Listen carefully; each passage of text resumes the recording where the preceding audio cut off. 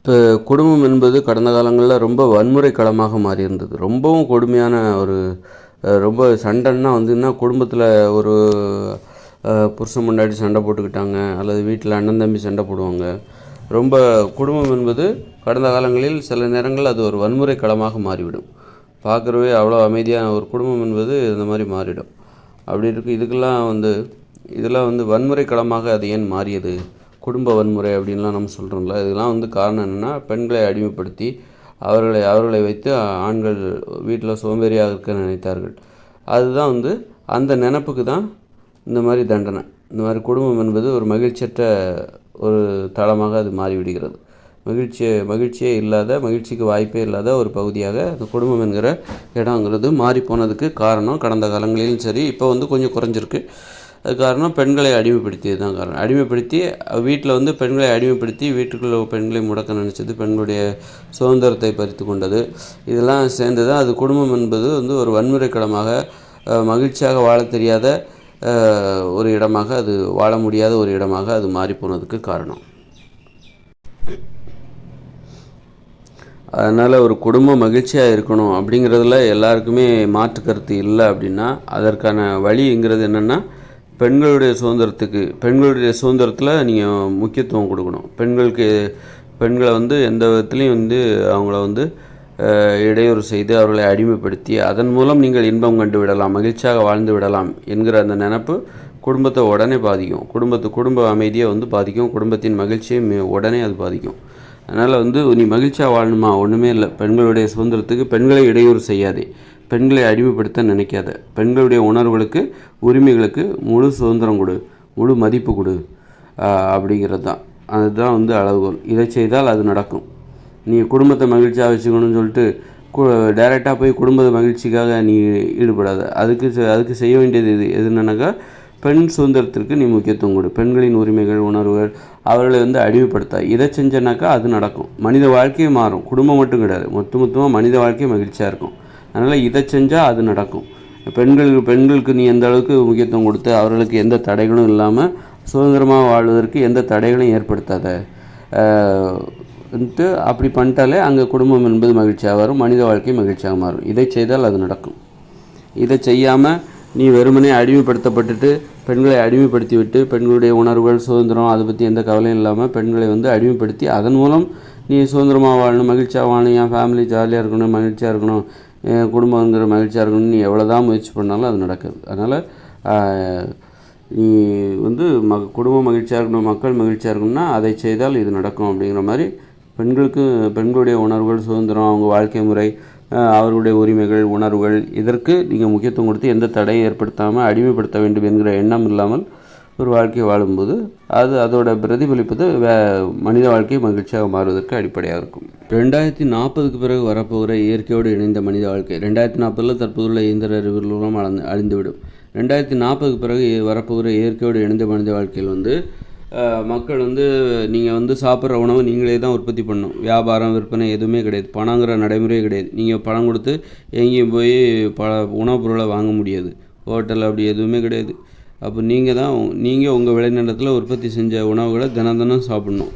உங்களுடைய தினசரி உணவுங்கிறது அதை நீங்களே உற்பத்தி செய்ய வேண்டும். இன்றைக்கி நீங்கள் சாப்பிட்றீங்களா? உங்கள் தோட்டத்துக்கு போகிறீங்க, தோட்டத்தில் உங்களுக்குன்னு ஒரு 2 ஏக்கர் நிலம் கொடுத்துருப்பாங்க. தோட்டத்தில் போயிட்டு என்னென்ன இன்றைக்கி சாப்பிட்றதுக்கு என்னென்ன கிடைக்குது, நீங்கள் அங்கே வந்து நிறைய மரங்கள், செடிகள், கொடிகள், உங்கள் 2 ஏக்கர் நிலத்தில் நிறைய செடிகள், கொடிகள், மரங்கள், கிழங்குகள், கீரைகள், இப்படி நிறைய இருக்கும். தேன் இருக்கும். அப்புறம் கால்நடை, ஒரு மாடு, ஒரு ஆடு, இந்த மாதிரி ஒரு கோழி, முட்டை, பால், இப்படி சாப்பிடுவதற்கு என்னெல்லாம் கிடைக்குதோ அதை சேகரித்து விட்டு வர வேண்டும். இயற்கையோடு இணைந்த மனித வாழ்க்கையில் ஒரு ஊராக மக்கள் வாழும் பொழுது அந்த ஊரை நான் வடிவமைத்திருக்கிறேன். அந்த வடிவமைப்பின்படி மக்கள் வாழும்போது அப்போது அவங்களுக்கு விளைநிலம் கொடுக்கப்படுகிறது. விளைநிலத்தில் போயிட்டு அன்னன்ன தேவைக்கான உணவு, இன்றைக்கி சாப்பிட்ற காலையில் 7 மணிக்கு போயிடணும். இன்றைக்கி உங்களுக்கு என்னென்ன உணவு தேவை, இன்றைக்கி தேவையானது மட்டும் நீங்கள் பறிச்சுட்டு சேகரித்து விட்டு என்னெல்லாம் கிடைக்குது, இன்றைக்கி என்ன சாப்பிட்லாம், கீரைகள் கொஞ்சம், சரி கொஞ்சம் கீரையை பிரிச்சுக்கலாம், கொஞ்சம் கிழங்கு, ஏதாவது கிழங்கு இருக்குதா, அப்புறம் கொஞ்சம் பழங்கள், 2 பழம் தான் கிடச்சிது, ஒரு காய் வந்து கிடச்சிருக்கு, 2 பழம் ஒரு காய், கொஞ்சம் பால் வந்து அது முடிஞ்சு போச்சு, பால் வரமாட்டேங்குது, மாட்டோட பாலில் வந்து அது பால் கறப்பு முடிஞ்சு போச்சு. இது வரைக்கும் நல்லா பால் கொடுத்துட்டு இருந்தது, இப்போ பால் வரமாட்டேங்குது. அதனால் இப்போ பால் கறக்கிறதில்ல. கோழி மட்டும் 2 முட்டை கிடச்சிருக்கு. கோழியும் நீங்கள் விளைநிலத்தில் வளர்த்துட்ருப்பீங்க. கால்நடைகளுக்குன்னு இப்போ ஒரு விவசாய நிலம் எப்படி இருக்கணும்னா பாதி இடம் வந்து கால்நடைகளுக்குன்னு தனியாக ஒதுக்கி விட வேண்டும். அந்த நிலத்தில் அந்த இப்போ ஒவ்வொருத்தரும் 8 வயசுக்கு மேலே உள்ள ஒவ்வொருத்தரும் 2 ஏக்கர் நிலம் கொடுக்குறோம். விவசாய நிலம் 2 ஏக்கர் நிலத்தில் வந்து ஒவ்வொருத்தரும் என்ன பண்ணணுன்னாக்கா ஒரு மாடு, ஒரு ஆடு, அப்புறம் ஒரு 2 கோழி இந்த மாதிரி வளர்க்கணும். வளர்த்தாங்கனாக்கா அப்போ ஒரு ஊரில் வந்து 4800 பேர் இருக்காங்க. 4800 பேர். அப்போ 8 வயசுக்கு மேலே உள்ளவங்க 4000 பேர் இருக்காங்கன்னு வச்சுக்கோங்களேன். அப்போ ஒவ்வொருத்தரும் ஒவ்வொரு மாடு வளர்த்தாங்கன்னா 8000 மாடு. ஒரு ஊரில் 8000 மாடு இருக்குது. ஒவ்வொருத்தரும் ஒரு மாடு தான் வளர்க்குறாங்க. நீ என்னடா நான் வந்து ஒரு மாடு, ஒருத்தருக்கு ஒரு மாடா ஒரு ஆடா அது போதுமா அப்படின்னு நீங்கள் நினைக்கிறீங்களா? நான் ஒரு ஊர்லேயே பார்த்தீங்கன்னா 4000 பேர் 8 வயசுக்கு மேலே உள்ளவங்க இருக்காங்க. அவங்களுக்கு 2 ஏக்கர் விளைநிலம் கொடுக்குறோம். அந்த விளைநிலத்தில் ஒவ்வொருத்தரும் ஒரு மாடு, ஒரு ஆடு வளர்க்குறாங்க. அப்படின்னா அப்போ அந்த ஊரில் மொத்தம் 4000 மாடு இருக்கும், 4000 ஆடு இருக்கும். ஒரு மாடு, ஒரு ஆடு வளர்த்தாங்கன்னா ஒவ்வொருத்தரும் அப்போது 4000 மாடு இருக்கும், 4000 ஆடு இருக்கும். ஒவ்வொருத்தரும் 2 கோழி வளர்க்குறாங்கன்னு வச்சுக்கோங்க, 8000 கோழி இருக்கும். ஒரு ஊரில் 8000 கோழி இருக்கும். அதனால் அப்படி பாருங்கள். நீங்கள் அப்படி பார்க்கும்போது ஒவ்வொருத்தரும் அவங்க 8 வயசுக்கு மேலே உள்ளவங்க நம்ம 2 ஏக்கர் நிலம் கொடுக்குறோம். அவங்க என்ன பண்ணுறாங்க, விளைநிலத்தில் வந்து 1 ஏக்கர் நிலத்தை வந்து இந்த மாதிரி ஆடு மாடு சுதந்திரமாக மேய்ஞ்சி திரிஞ்சு அதோட உணவை அதே தேடிக்கணும். அதுக்காக நம்ம எப்போதுமே புல்லை பறித்து கொண்டு போட்டுட்டு இருக்க முடியாது. 1 ஏக்கர் நிலத்தை மடக்கி என்ன பண்ணணும், அதில் வந்து கால்நடைகளை வளர்க்கணும். அதான் ஒரு ஆடு, ஒரு மாடு, அதற்கு ஒரு ஏக்கர் நிலமா அப்படின்னா இல்லை. அது 1 ஏக்கர் நிலங்கிறது நம்ம ஃபுல்லாகவே ஆடு மாட்டுக்கு நம்ம ஒதுக்கப்படுறதில்ல, காலியாக இருக்கப்படுறதில்ல. அதுலேயும் நம்ம மரங்களை வளர்த்துக்கலாம். அந்த 1 ஏக்கர் நிலத்துலையும் பழங்களை தருகிற மரங்கள், இப்போ செடின்னா அதை வந்து ஆடு மாடு மேய்ஞ்சிரும். அதனால் வந்து ஒரு உயரமான வளர்கிற மரங்கள், செடிகள் கொடிகள் அதை வந்து வளர்த்து அது ஒரு உற்பத்தி தான். அதனால் 2 ஏக்கர் நிலத்துலையும் நம்ம உணவுப் பொருளை உற்பத்தி பண்ணுறோம். ஆனால் அதில் 1 ஏக்கர் நிலத்தை வந்து கால்நடை, ஒரு ஆடு, ஒரு மாடு, அதில் 2-3 கோழி அதை வளர்ப்பதற்காக அதற்காக 1 ஏக்கர் நிலத்தை விட்டுறோம். மீதி 1 ஏக்கர் நிலத்தில் தான் பழங்கள், கனிகள், காய்கள், கீரைகள், கிழங்குகள், இந்த மாதிரி தேன், இந்த மாதிரியான உணவுகளை உற்பத்தி செய்வதற்காக 1 ஏக்கர் நிலம். இப்போ 1 ஏக்கர் அப்போவும் வந்து இப்போ வந்து நம்ம என்ன பண்ணுறோம் பார்த்தா, கால்நடைகளுக்காகவும் ஆடு மாடுக்காகவும் 1 ஏக்கர் நிலம் தனியாக ஒதுக்கியிருக்கோம்ல. 2 ஏக்கர் விளை நிலத்தில் 1 ஏக்கர் நிலத்தை கால்நடைகளுக்காக ஒதுக்கிறோம். அப்போ அந்த கால்நடைகள், அந்த ஆடு மாடு என்ன பண்ணுது அப்படின்னா, அந்த தனக்காக ஒதுக்கப்பட்டுள்ள அந்த 1 ஏக்கர் நிலத்தில் சுதந்திரமாக மேய்ந்து புல்லுகள் எல்லாத்தையும் தின்னு இது. அப்புறம் வந்து அந்த நிலத்துக்கு சொந்தக்காரரும் என்ன பண்ணுவார், தனது ஆடு மாட்டுக்கு தேவையான ஏதாவது குலைகள், இலைகள், இது எல்லாம் குலைனா எங்கள் ஊரில் இலைத்தழைக்கு கொலை பறிச்சிட்டு வரோன்னு சொல்லுவாங்க. அது குலைன்னா அது இலைத்தழை தான் சொல்லுவாங்க. இலைத்தழைகள், குலைகள், புல், ஏதாவது அது அவங்க ஆடு மாடும் மேயும். அப்புறம் இவங்களும் அந்த 1 ஏக்கர் நிலத்தை விட்டு வெளியில் வரக்கூடாது. வேலி என்பது பாதுகாப்பாக இருக்க வேண்டும். ஒவ்வொரு விளைநில எல்லை என்பது வேலியாக இருக்கும், இயற்கையான வேலியாக இருக்கும். மரங்களை வரிசையாக நெருக்கமாக நட்டு விட்டால் போதுமானது. அப்புறம் அந்த எல்லையை தாண்டி இவங்க வளர்க்குற ஆடு மாடு அந்த எல்லையை தாண்டி வரக்கூடாது.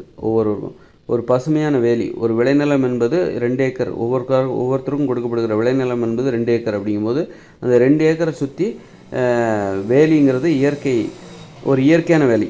கள்ளிலாம் தேவையில்லை. கள்ளிலாம் ரொம்ப அதெல்லாம் கடினமான வேலி, அது நல்லாவும் இருக்காது, ரொம்ப பாதுகாப்பானதாகவும் இருக்காது. வேலினா இயற்கையான வேலி. அந்த இயற்கையான வேலியாவை நம்ம வேலியை உருவாக்கும் போது அது கூட நம்ம என்ன பண்ணணும், ஒரு பனை மரங்கள், வரிசையாக பனை மரங்கள் வைக்கலாம். ஒரு 2 அடிக்கு இடைவெளியில் பனை மரங்களை வைக்கணும். அந்த 2 அடி இடைவெளியில் வேறு ஏதாவது மரங்களை வளர்க்கணும். இப்படி ஒரு இயற்கையான ஒரு வேலியை நாம் வந்து ஒவ்வொருவருக்கும் கொடுக்கப்படுகிற 2 ஏக்கர் விளைநிலத்தில் நம்ம வேலியை உருவாக்கி விட வேண்டும். அப்போ அதற்குள்ள ஒருத்தர் வந்து விளைநிலத்துக்கு அதுக்குள்ளே ஒரு 1 ஏக்கர் 2 ஏக்கர் விளைநிலமா 2 ஏக்கர் விளைநிலமா அதில் 1 ஏக்கர் வந்து இந்த மாதிரி கால்நடைகளுக்கும் ஆடு மாட்டுக்காகவும் கோழிக்காகவும், இன்னொரு ஏக்கர் வந்து நம்ம காய்கறிகள், கனிகள், பழங்கள், கீரைகள், கிழங்குகள் இதை மட்டும் உற்பத்தி பண்ணுறதுக்கு அது 2 தனியாக பிரித்து அதற்குன்னு ஒரு வேலி அமைச்சு, இப்போது அந்த விளைநிலத்தில் வளர்க்கப்படுகிற ஆடு மாடுகள் வந்து அதை விட்டு வெளியில் போகக்கூடாது. அதுக்குள்ளே தான் அது இருக்கணும். அதை விட்டு வெளியில் போகாத அளவுக்கு பாதுகாப்பாக இந்த மாதிரி பிறருக்கு இடையூறு இல்லாமல் விவசாயம் செய்ய வேண்டும். ஒருத்தரோட ஆடு மாடு இன்னொருத்தர் நிலத்துக்கு போயிடக்கூடாது. இன்னொருத்தர் அங்கே சண்டைகள் வரும். உங்கள் ஆடு மாடை கட்ட மாட்டிங்களா அப்படிங்கிற மாதிரிலாம் கட்டி போட வேண்டியதுதானே அப்படின்லாம் இருக்கும். கட்டியும் போடலாம், சுதந்திரமாகவும் அது வந்து அதுக்குள்ளே தான் அது நினச்சா கூட வெளியில் வர முடியாது. அந்த அளவுக்கு நீங்கள் வேலியை வந்து ஒரு பாதுகாப்பானதாக மாற்றிவிட வேண்டும். ஒரு இயற்கையான வேலியாக அந்த வேலி கூட உங்களுக்கு உணவுகளை தர வேண்டும். அதெல்லாம் வேலிங்கிறதுக்காக உடனே முள்ள கள்ளிகளையும் முள்ளுகள் நிறைந்த கள்ளிகளை வச்சு வளர்த்துறக்கூடாது. ஏன்னா அப்புறம் அதுவே உங்களுக்கு இடையூறாக இருக்கும். கள்ளிகளை உங்களுக்கு இடையூறு. அதனால் கள்ளிகளில் அந்த கள்ளியில் உங்களுக்கு எதுவும் உணவுகள் வரப்போகிறதில்ல. கள்ளி செடியை வளர்ப்பதன் மூலம் வேலிக்காக கள்ளி செடியை வளர்க்கும் போதும் அதில் உங்களுக்கு உணவுகள்லாம் கிடைக்காது, பழங்கள் கிடைக்காது, காய்கறிகள் எதுவுமே கிடைக்காது. அப்போது நீங்கள் வேலிகளாக வளர்க்குற மரங்கள், செடிகள், கொடிகள் கூட உங்களுக்கு உணவுகளை தர வேண்டும், பழங்களை தர வேண்டும். சின்ன சின்ன இடத்துல கூட நீங்கள் வளர்க்கப்படுகிற இது மனுஷங்களுக்கு பயனுடையதாக இருக்க வேண்டும். மனித உயிர்களுக்கு உணவுகளையோ ஏதோ ஒரு வகையில் அது பயன் தருகிற ஒன்றாக இருக்க வேண்டும். சும்மா வேலின்னு சொல்லிட்டு கள்ளி செடிகளை வளர்க்குறது, அந்த இடத்த ஒரு பயனற்ற ஒன்றாக மாற்றுவது. கள்ளி செடிகளை வளர்க்குறாங்களா அந்த இடத்துல ஒரு பயன் தருகிற ஒரு மரங்களை நீங்கள் வேலியாக அது வளர்த்திங்கனாக்கா அதுலேருந்து உங்களுக்கு காய்கறிகள், கனிகள் கிடைக்கும். இதுதான் ஒரு விவசாயத்தில் ஒரு லாபகமான சிந்தனை என்பது.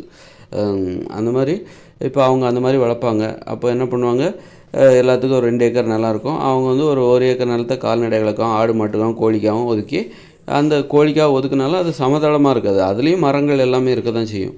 ஆமாம் இன்னொரு ஏக்கர் முற்றிலுமாக அது பழங்கள், காய்கறிகள், கனிகள், கிழங்குகள், கீரைகள், தேன் வளர்க்குறது, இந்த மாதிரி இதுக்கு தனியாக ஒதுக்கப்பட்டிருக்கும். இந்த 1 ஏக்கர் இந்த விளைநிலத்தில் வளர்க்கப்படுகிற ஆடு மாடுகள் அவர்களுக்குடைய இன்னொரு ஏக்கர் நிலம் இருக்குல்ல, அங்கே போயிடக்கூடாது, அங்கே போய் மேய்ஞ்சிட்டு வந்துடக்கூடாது. அதனால் அந்த அளவுக்கு அவங்க வேலிகளை பாதுகாப்பாக உருவாக்கணும், ஒரு இயற்கையான வேலிகளை உருவாக்க வேண்டும். இப்படி அவங்க என்ன பண்ணுவாங்கன்னா தினமும் போயிட்டு விவசாய நிலத்துக்கு போவாங்க. அன்னைக்கு சாப்பிட்ற உணவுகள் என்ன கிடைக்குது, இன்றைக்கி என்ன சாப்பாட்டுக்கு, இன்றைக்கி சாப்பிட்றதுக்கு என்ன தேவை, எங்கேயாவது பழம் இருக்கா, காய் இருக்கா, கிழங்குகள் இருக்கா, ஓகே இன்றைக்கி இது போதும் அப்படின்னு சொல்லிட்டு ஒரு கூடையில் எல்லாத்தையும் பறித்து எடுத்துகிட்டு வருவாங்க. அன்றைக்கி அவங்கவுங்களுக்கு தேவையான உணவு தான் குடும்பத்துக்கு, அதாவது பொண்டாட்டிக்கு தேவையானது, பொண்டாட்டிக்குன்னு தனியாக விளைநிலம் கொடுக்கப்பட்டிருக்கும், அதில் பொண்டாட்டி அவங்களுக்கு தேவையான உணவுகளை பறிச்சுட்டு வருவாங்க. அந்த மாதிரி அவங்கவுங்களுக்கு தேவையானதை அவங்கவுங்க விளைநிலத்தில் போய் அன்னன்னைக்கு தேவையான உணவுகளை பறிச்சுட்டு வருவாங்க. பறிச்சுட்டு மற்றவங்களோட பகிர்ந்து சாப்பிடுவாங்க. இது இயற்கையோடு இணைந்த மனித வாழ்க்கையில் நடைபெறும். இப்படி இருக்கும்போது நீங்கள் அன்னன்னைக்கு தேவையான உணவுகளை அன்னன்னைக்கு பறிச்சுட்டு வருவாங்க. ஓகே, எல்லா நாளும் உணவு கிடைக்குமா?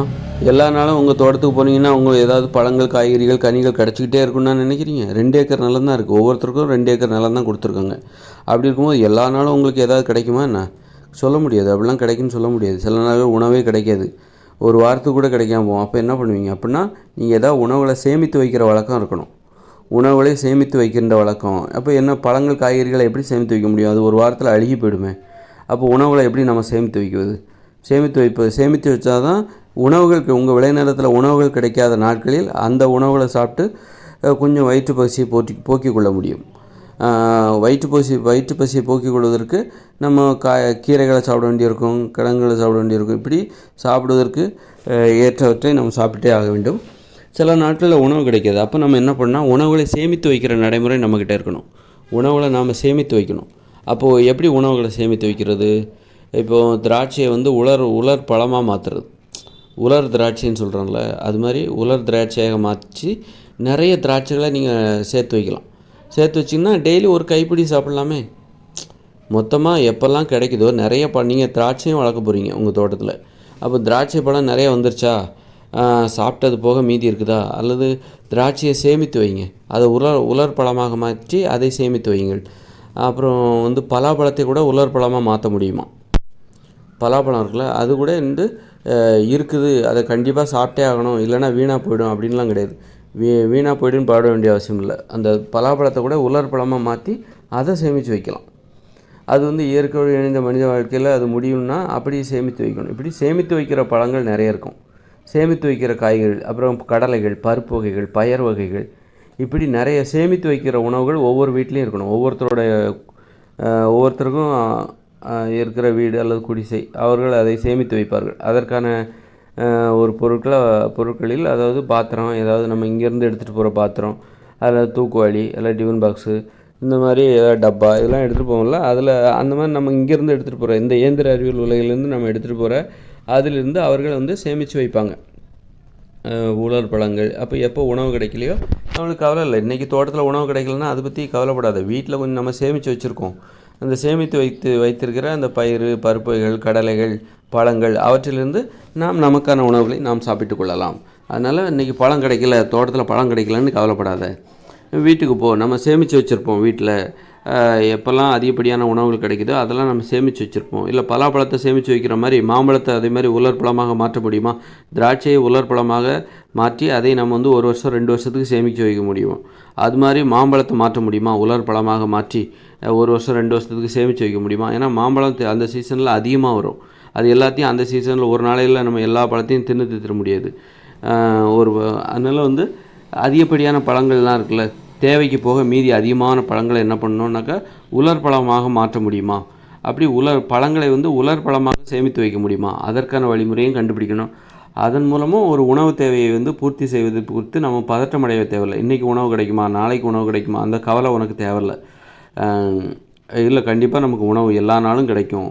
அப்படி கிடைக்கணுன்னா நம்ம இந்த மாதிரி சேமித்து வைப்பதற்கு தகுதியான உணவுகளை வந்து சேமித்து வைக்கிற ஒரு நடைமுறையில் கண்டுபிடிச்சி தான் நம்ம. அது மாதிரி நெல்லிக்காய் இருக்குது.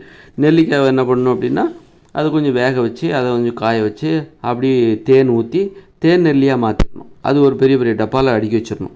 எப்போல்லாம் எவ்வளோ நெல்லிக்காய் கிடைக்குதோ அவ்வளோத்தையும் தேன் நெல்லியாக மாற்றி விட வேண்டும். தினமும் 2 நெல்லிக்காய் வந்து தேன் நெல்லிக்காய் 2 நெல்லிக்காய். இதன் மூலம் கொஞ்சம் வயிறு நிறையும்.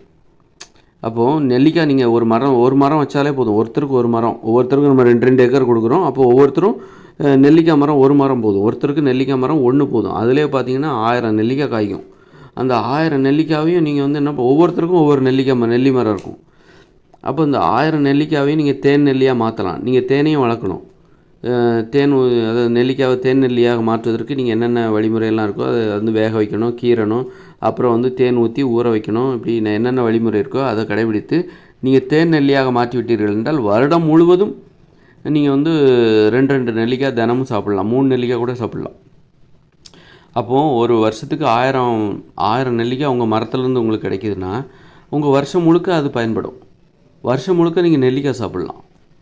அது மாதிரி திராட்சை, அது மாதிரி மாம்பழம், அது மாதிரி இப்படி பலாப்பழம், இதெல்லாம் உலர் பழமாக மாற்ற வேண்டும். இப்படி உலர் பழமாக வேறு எதெல்லாம் மாற்ற முடியுமோ இப்படியெல்லாம் சேமித்து வைக்கணும். அப்புறம் வந்து வேறு என்ன, இப்போ கடலைகள், பயிர் வகைகள், பருப்பு வகைகள், இப்படி சேமித்து வைக்கிற நடைமுறை ரொம்ப முக்கியம். அது இருந்தால் தான் நீங்கள் கவலையே இல்லாமல். ஏன்னா இப்போ உங்கள் பிள்ளைகள் இருப்பாங்க, அவங்க சின்ன குழந்தைங்களாக இருப்பாங்க, அவங்களோட உணவு தேவை நீங்கள் தான் பூர்த்தி செய்யணும். அதனால் அது குறித்து நீங்கள் என்ன பண்ணணும் அப்படின்னா அவங்களுடைய உணவு தேவை நீங்கள் பூர்த்தி பண்ணணுன்னாக்கா நீங்கள் வந்து இந்த மாதிரி சேமித்து வைக்கிற நடைமுறை உங்களுக்கு அது கண்டிப்பாக. நீங்கள் பட்னியாக கிடக்கலாம், உங்கள் பிள்ளைகள் பட்னியாக கிடக்கலாமா? கிடக்கூடாது. அதனால் அவங்கள கிடக்க விடக்கூடாது, பட்னியாக கிடக்க விடக்கூடாது. நல்ல வயிறு நிறையணும். அதாவது காலையில் வந்து ஒரு 11 மணிக்கு பிறகு தான் சாப்பிடவே ஆரம்பிக்கணும். 10 மணிக்கு பிறகு தான் சாப்பிட ஆரம்பிக்கணும். நான் காலை உணவு மட்டும் நல்லா பசித்து சாப்பிடணும். பசியோட வேதனை அனுபவிக்கணும். பசின்னா என்னங்கிறத நீ காலையில் தெரிஞ்சுக்கணும். அதன் பிறகு தான் நீங்கள் சாப்பிடணும். பசின்னா என்னன்னு தெரியாமலே காலங்காலத்தில் 8 மணிக்கெலாம் சாப்பிட்டு போகக்கூடாது. ஒரு 10 மணி வரைக்கும் நீங்கள் பசியோட வேதனையை உணருங்கள். பசியோட கொடுமைகளை தெரிஞ்சுக்கோங்க. அதன் பிறகு தான் காலை உணவை சாப்பிட்ணும். அதன் பிறகு நீங்கள் சாப்பிட்டுக்கிட்டே இருங்க. மாலை 6 மணி வரைக்கும் சாப்பிட்டுக்கிட்டே இருங்க. பசியோடு இருக்காதீங்க. பசி இல்லாமல் அது காலை 10 மணிக்கு பிறகு அல்ல 11 மணிக்கு பிறகு நீங்கள் சாப்பிட்றீங்க பசியோடு இல்லாமல், அதன் பிறகு நீங்கள் நல்லா சாப்பிடுங்க. அப்போ தான் மகிழ்ச்சியாக இருக்க முடியும். வயிறு எப்போவும் நிறைஞ்சிருந்தால் தான் மகிழ்ச்சியாக இருக்க முடியும். பசியோடு இருந்தீங்கன்னாக்கா மகிழ்ச்சியாக இருக்க முடியாது. அதனால் பசியோடு இருப்பதற்கும் நமக்கு ஒரு அனுபவம் தேவை. காலை என்பது பசி என்பது பூஜ்ஜியத்தை போன்றது. ஆனால் அந்த பூஜ்ஜியம் நமக்கு தேவை. பூஜ்ஜியத்திலிருந்து தான் 1, 2, 3 நாம் ஆரம்பிக்கிறோம். அதனால் வந்து காலையில் ஆரம்பம் என்பது பூஜ்ஜியத்திலிருந்து ஆரம்பித்து அதன் பிறகு 1, 2, 3 என எண்ணிக்கையை அதிகரித்து கொண்டே போக வேண்டும். அதனால் காலையில் 10 மணி வரைக்கும் நம்ம பசியோடு இருக்க பழகிக்கணும். பசியோட கொடுமை என்னன்னு தெரியணும். அதன் பிறகு நீங்கள் எவ்வளோ வேணாலும் சாப்பிடுங்க. 6 மணி வரைக்கும் எந்த அளவுக்கு சாப்பிட்றீங்களோ, சாப்பிட்டுக்கிட்டே இருக்கீங்களோ அந்த அளவுக்கு நீங்கள் மகிழ்ச்சியாக இருப்பீங்க. அதனால் வந்து பசியோடு நீங்கள் மகிழ்ச்சியாலாம் இருக்க முடியாது. நிறைய சாப்பிட்டா மட்டும்தான் மகிழ்ச்சியாக இருக்க முடியும். அதனால் பசிக்கும் ஒரு மதிப்பு கொடுத்து ஒரு காலைல 10 மணிக்கு பிறகு நீங்கள் வந்து எவ்வளோ வேணாலும் படிப்படியாக சாப்பிட்டுக்கிட்டே போங்க. எந்த அளவுக்கு சாப்பிட்றீங்களோ அந்த அளவுக்கு தான் மகிழ்ச்சியாக இருப்பீங்க. நீங்கள் மட்டும் சாப்பிட்டா போது பகிர்ந்து உண்ண வேண்டும். உங்கள் நண்பர்களோடு பகிர்ந்து உண்ண வேண்டும். எப்போவும் வாங்கிட்டே இருக்கக்கூடாது, எப்பவும் கொடுத்துக்கிட்டே இருக்கக்கூடாது. வாங்குகிற வழக்கமே எனக்கு கிடையாது, கொடுக்குற வழக்கம் தான் எனக்கு இருக்குது. கொடுக்குற வழக்கமே எனக்கு கிடையாது, வாங்குகிற வழக்கம் தான் இருக்குது. இந்த மாதிரி இருக்கக்கூடாது. கொடுக்கவும் செய்ய வேண்டும், வாங்கவும் செய்ய வேண்டும். அப்போ தான் மனசு வந்து ஒரு சமநிலையில் இயங்கும். நான் கொடுத்துக்கிட்டே இருப்பேன் அப்படின்னா உங்கள் மனசு ஒரு மிகையான மனநிலையாக மாறிவிடும். ஒரு மிகையான ஆள், அதாவது நீங்கள் ஒரு சாதாரண மனுஷங்க கிடையாது, நான் வந்து ரொம்ப பெரிய ஆள், கடவுள் அப்படி இப்படின்னு சொல்லிட்டு இவங்க மனுஷங்கள்லாம் வந்து என்ன மாதிரி கிடையாது, நான் வந்து ரொம்ப உயர்ந்த இடத்துக்கு போயிட்டேன் அப்படிங்கிற மாதிரி கொடுத்துக்கிட்டே இருப்பீங்க. நான் வாங்கவே மாட்டேன் அப்படின்னு இருந்தீங்கன்னா அந்த மாதிரி ஒரு மிகையான மனப்பான்மை வந்துவிடும். நான் வாங்கிக்கிட்டே இருப்பேன் கொடுக்கவே மாட்டேன் அப்படின்னா உங்களை பற்றி ஒரு இழிவான மனப்பான்மை வந்துவிடும். நீங்கள் மற்றவர்களும் உங்களை பற்றி இழிவாக தான் பார்ப்பாங்க. மற்றவங்க என்ன நினைக்கிறாங்களோ அது நீங்கள் நினைக்கிறதெல்லாம் ஒன்றா தான் இழிவாக பார்ப்பாங்க. எப்போ பார்த்தாலும் வாங்கிட்டு தான் இருப்பான், ஒரு 5 பைசா மற்றவங்களுக்கு கொடுக்க மாட்டான் அப்படின்னு நினைப்பாங்க. அதனால் இழிவாகவும் வாழக்கூடாது, மிகையாகவும் வாழக்கூடாது. மனசு வந்து இயல்பு நிலையில் வாழணும். மிகையாக வாழாமல் உயர்வு கொடுக்கும்போது நீங்கள் உயர்வு அடைகிறீர்கள். மிகையான கொடுத்து கொண்டே இருக்கிறீர்கள், வாங்குவதே இல்லை என்றால் நீங்கள் உயர்வு நிலை அடையாமல் மிகையான இடத்துக்கு போயிடுறீங்க. மிகைப்படுத்தப்பட்ட ஒரு மனப்பான்மை உங்களுக்கு வந்துடும். கொடுத்தால் நீங்கள் உயர்வீர்கள். கொடுத்து கொண்டே இருந்தால் வாங்குவதே இல்லை, வாங்குவதே நீங்கள் விரும்பவில்லை, எனக்கு வாங்குறதே பிடிக்காது, கொடுக்குறது தான் எனக்கு பிடிக்கும் அப்படின்னு நினச்சிட்டு நீங்கள் கொடுத்து கொண்டே இருந்தால் உயர்வான இடத்துக்கு போக முடியும், மிகையான இடத்துக்கு போயிடுவீங்க. யாரும் நெருங்க முடியாத இடத்துல அந்த மாதிரி உயர்வான இடத்துக்கு போயிடுவீங்க. இயல்பாக வாழ முடியாது, மனுஷங்களோட உணர்ச்சிகளை புரிஞ்சிக்க முடியாது, பிறருடைய உணர்ச்சிகளை புரிஞ்சுக்கணும். நாமும் மற்றவங்கள மாதிரி தான் அப்படிங்கிற அந்த ஒரு வாழ்க்கை, அந்த உணர்ச்சி நமக்கு வரணும். அப்போ தான் மனுஷங்களை பற்றின அறிவு வளரும். நாம் வந்து மனுஷங்களை விட வித்தியாசமான ஒரு வாழ்க்கை வாழும்போது மனுஷங்களை பற்றின அறிவு நமக்கு இல்லாமல் போயிடும். அதனால் வந்து இல்லை நான் வாங்கிக்கிட்டே இருப்பேன். இப்போ வந்து வாங்குவது என்பது உங்களுக்கு ஒரு தாழ்வை ஏற்படுத்தும். கொடுத்தால் உயர்வு அடைவீர்கள், வாங்கினால் கொஞ்சம் தாழ்வு வரும். தாழ்வுனா அது இயல்பு தான், இயற்கையான ஒரு விஷயந்தான். உயர்வு தாழ்வும் இயற்கையான விஷயந்தான். நீங்கள் வாங்கிக்கிட்டே இருக்கீங்க, கொடுக்கறதே கிடையாது, வாங்குவதில் மட்டுமே குறியாக இருக்கிறீர்கள் என்றால் உங்கள் தாழ்வு நிலையிலிருந்து மேலும் ரொம்பவும் கீழே அதாள பாலத்துக்கு போய் இழிவான அந்த பள்ளத்தில் விழுந்து விடுவீர்கள், இழிவு நிலைக்கு போயிடுவீங்க. அதனால் இயல்பு நிலை என்பது உயர்வு தாழ்வு. இந்த மனநிலை வந்து நம்ம மனநிலை உயர்வாக இருக்காது, எப்போதும் நம்ம மனநிலை தாழ்வாக இருக்காது. சில நேரம் நம்ம செய்கிற செயல்கள் வந்து நம்மளை மனநிலையில் ஏற்படுகிற அந்த வேறுபாடுகள் எப்படி வருதுனாக்கா நாம் செய்கிற செயல்கள் தான். குறிப்பாக வந்து உணவுகளை பகிர்ந்து உண்பது. நீங்கள் உணவுகளை மற்றவங்களுக்கு கொடுக்குறீங்கன்னா உங்கள் மனநிலை உயர்வடையும், அதே மற்றவங்ககிட்டருந்து வாங்கும்போது தாழ்வடையும். இதுதான் இந்த மனதில் ஏற்படுகிற ஏற்ற இறக்கங்களை தீர்மானிக்கிறது. மற்றவங்கள்ட்ட உணவு கொடுக்கறதுனால நீங்கள் உங்களுக்கும் இடையில் உறவுமுறை இருக்குல்ல, அது உணவை பகிர்ந்து கொள்வதால் மட்டும்தான் ஏற்படும். உணவை பகிர்ந்து கொள்ளாமல் அன்பு பாசம் ஏற்படாது. அப்படி இருக்கும்போது நீங்கள் மற்றவங்களுக்கு கொடுக்கும்போது நீங்கள் கொஞ்சம் உயர்ந்துருவீங்க. அந்த இடத்துல மற்றவங்களுக்கு முன்னாடி நீங்கள் கொஞ்சம் உயர்ந்துருவீங்க. அதே நீங்கள் மற்றவங்கள்ட்ட வாங்கும்போது தாழ்வான நிலைக்கு போவீங்க. அவங்க உயர்ந்துருவாங்க, யார் உங்களுக்கு கொடுத்தாங்களோ அவங்க உயர்வாங்க. ஆக உயர்வு தாழ்வு நம்ம மற்றவங்கள்ட்ட வாங்க வேண்டியிருக்கும், கொடுக்க வேண்டியிருக்கும். அப்போ உயர்வு தாழ்வு என்பது இப்படித்தான் மனநிலை. நமக்கு சில டைமில் மனசு உயர்வாக இருக்குது, சில டைமில் தாழ்வாக இருக்குது. தாழ்வு என்பது பணிவு என்று பொருள், உயர்வு என்றால் மதிப்பு என்று பொருள். அது இந்த உயர்வு தாழ்வு பணிவுங்கிறது நல்ல விஷயம் தானே, அப்புறம் மதிப்புங்கிறது நல்ல விஷயம் தானே. பணிவுன்னா என்ன தாழ்வு, மதிப்புன்னா என்ன உயர்வு. ஆக நம்ம மனநிலை சில டைமில் வந்து உயர்வாக இருக்கும் அப்படின்னா என்ன அர்த்தம், மதிப்போடு இருக்குன்னு அர்த்தம். சில டைமில் தாழ்வாக இருக்கும் அப்படின்னா என்ன அர்த்தம், பணிவு என்று பொருள். தாழ்வை வந்து எப்படி புரிஞ்சுக்கணும், பணிவுன்னு புரிஞ்சுக்கணும். ஆக உயர்வு தாழ்வு என்பது இயல்பான விஷயம். நம்ம எப்போதும் கொடுத்து கொண்டே இருந்தால் வாங்குவதற்கு கூச்சப்பட்டாக்கா என்னாகும் அப்படின்னா மனசு வந்து உயர்வு என்கிற நிலையை தாண்டி உச்சாணி கும்பிக்கு போய் மிகையான ஒரு நிலைக்கு போய்டும். அப்போ நீங்கள் வந்து ரொம்ப உயரத்து போய்டுவீங்க. மக்களை பற்றி உங்களுக்கு தெரியாது, மக்கள் வந்து உங்களை ஏமாற்றிடுவாங்க. அல்லது மக்கள் என்ன மாதிரி வாழ்க்கை வாழ்கிறாங்க, உங்களுக்கு அறிவுங்கிறது இல்லாமல் போயிடும். அதே மாதிரி நீங்கள் எப்போ பார்த்தாலும் வாங்கிக்கிட்டே இருக்கீங்க, கொடுக்கறதே கிடையாது, கொடுக்க விருப்பமே இல்லை உங்களுக்கு அப்படின்னா உங்கள் வாழ்க்கை இழிவான நிலையில் போயிடும். தாழ்வு நிலையிலிருந்து மேலும் பலபடி பெரிய பள்ளத்தாக்கில் இறங்கி இழிவான அந்த குழிக்குள்ளே போயிடுவீங்க. அதனால் இழிவு மிகை இது ரெண்டும் நமக்கு வந்து தேவையில்லை.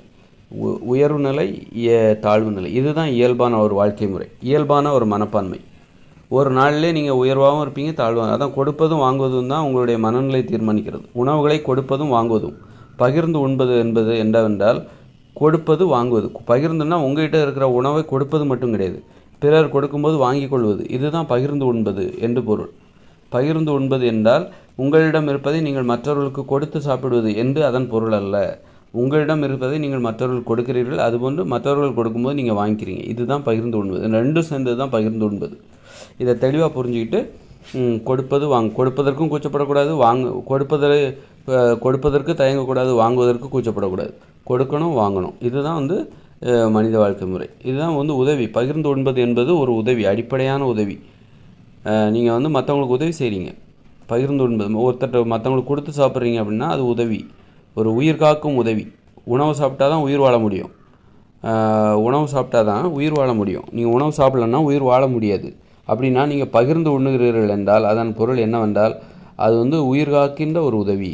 உயிர் பிறருடைய உயிரை காப்பதற்காக நீங்கள் அவர்களோடு உங்களுடைய உணவுகளை பகிர்ந்து கொள்கிறீர்கள். அதுமாதிரி மற்றவங்களும் உங்கள் உயிரை பாதுகாக்கிறதுக்காக அவங்களுடைய உணவுகளை உங்களுக்கு கொடுக்குறாங்க. அதனால தான் உறவு முறை ஏற்படுது. அதனால தான் விசுவாசம் ஏற்படும். ஒருத்தர்கிட்ட வாங்கி சாப்பிடும்போது அவங்க மேலே உங்களுக்கு ஒரு விசுவாசம் ஏற்படும். நீங்கள் யாருக்காக கொடுத்தீங்கன்னா உங்கள் மேலே அவங்களுக்கு விசுவாசம் ஏற்படும். ஏன்னா அவங்க உயிரோடு இருக்கிறதுக்காக நீங்கள் கொடுக்குற உணவு என்பது அவர் உயிரோடு வாழ்வதற்கு அதுவும் ஒரு காரணமாக இருக்குது. அது ஒரு காரணமாக இருக்கிறது. அது மாதிரி அவர் உங்களுக்கு கொடுக்கும்போது நீங்கள் உயிரோடு வாழ்வதற்காக அவர் ஒரு காரணமாக இருக்கார். அவர் விரும்புகிறார் என்று பொருள். நீங்கள் மற்றவங்களுக்கு கொடுத்து சாப்பிடும்போது உங்கள் உணவை நீங்கள் மற்றவங்களுக்கு கொடுக்குறீங்க அப்படின்னா என்ன அர்த்தம்? அவங்க உயிரோடு இருக்கணும்னு நீங்கள் நினைக்கிறீங்க. அது இயல்பாக அந்த மனநிலை வந்துவிடும். நீங்கள் கொடுத்து விட்டால் அந்த மனநிலை நீங்கள் மற்றவங்களுக்கு கொடுக்கும்போது அவர் உயிரோடு இருக்கணும்னு நீங்கள் நினைக்கிறீங்கன்னு அர்த்தம். அப்போ அவருக்கு உங்கள் மேலே விசுவாசம் வரும். அது மாதிரி அவர் உங்களுக்கு கொடுக்குறாருன்னா நீங்கள் உயிரோடு இருக்கணும்னு அவர் நினைக்கிறாருன்னு அர்த்தம். நீங்கள் இல்லை, நான் மற்றவங்களுக்கு கொடுக்க மாட்டேன், நான் மட்டுமே சாப்பிடணுன்னா மற்றவங்க உயிரோடு இருக்கணும்னு நீங்கள் நினைக்கல, நீங்கள் மட்டும் உயிரோடு இருக்கணும்னு நினைக்கிறீங்க.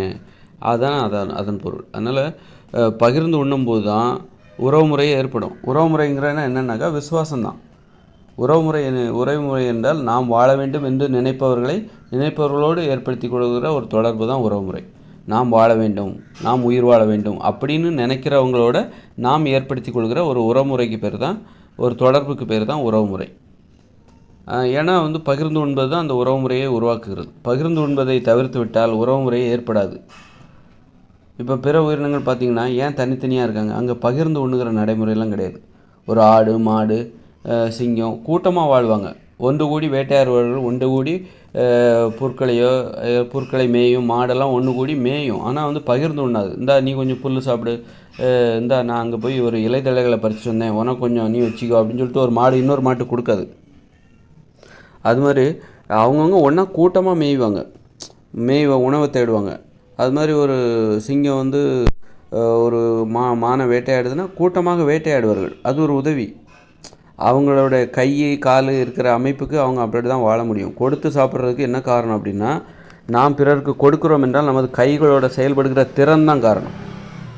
நாம் பிறருக்கு பகிர்ந்து உணவுகளை கொடுக்குறோம் என்றால் அதற்கு என்ன காரணம்? நமக்கு அது கை விரல்கள் தான் காரணம். நம்ம கைகளோட அமைப்பு தான் காரணம். ஆனால் நம்ம காலை வச்சு மற்றவங்களுக்கு உணவு கொடுக்க முடியுமா? ஏன்னா நம்ம காலோட அமைப்பை பாருங்கள்.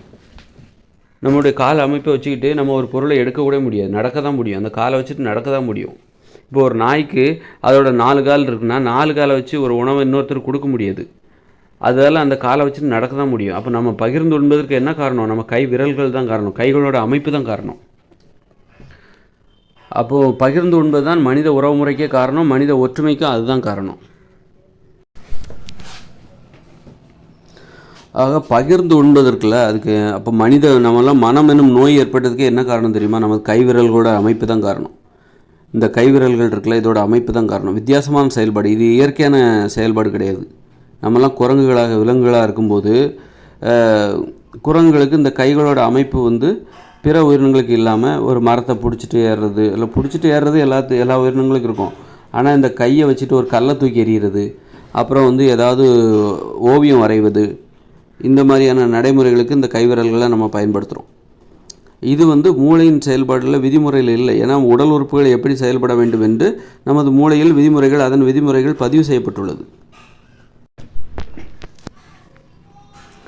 நாம் என்ன செயல் செய்யணும், நம்ம கைகால்கள் என்ன வேலையெல்லாம் செய்யணும் அப்படின்னு சொல்லிட்டு விதிமுறை இருக்குது மூளையில்.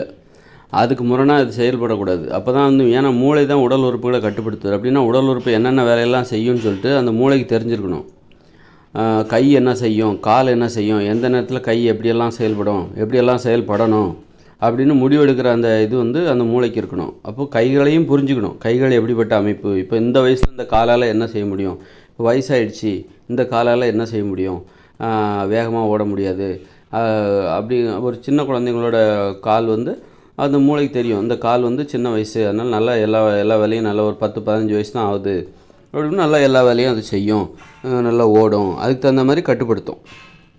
அப்போது உடல் உறுப்புகள் எப்படி செயல்பட வேண்டும் என்பதை அந்த மூளை தெரிந்திருக்க வேண்டும். அப்போது உடல் உறுப்புகளை புரிஞ்சுக்கிட்டு அதுக்கு தகுந்த மாதிரி அந்த உடல் உறுப்புகளை கட்டுப்படுத்துகிற வேலையை மூளை செய்து. ஆனால் இப்போ நம்ம வந்து என்ன பண்ணுறோம், அப்போ உடல் உறுப்புகள் எப்படியெல்லாம் செயல்பட வேண்டும் என்பது அந்த மூளையில் விதிமுறை இருக்கிறது. அந்த விதிமுறைக்கு முரணாக அந்த கைகள் இப்போ வந்து விதிமுறைக்கு முரணாக வந்து கைகள் செயல்பட்டால் மூளைக்கு குழப்பம் வந்துடும். என்னடா இது, அந்த மாதிரி விதிமுறை நம்ம இதில் இல்லையே, விதிமுறையில் இல்லையே. இப்போ உதாரணத்துக்கு நீங்கள் என்ன பண்ணுன்னா, நீங்கள் வந்து வரைகிறீங்க, ஓவியம் வரைகிறீங்க, இது ஒன்றும் மூளையில் விதிமுறையில் இருக்காது. நீங்கள் குரங்குகளாக விலங்குகளாக நம்ம இருந்தோம். அப்போ இருக்கிற அந்த மூளையில் வந்து இன்றைக்கி நம்ம இந்த கைகள் என்னெல்லாம் செய்யுது, வரையுது, ஓவியம் வரைகிறது,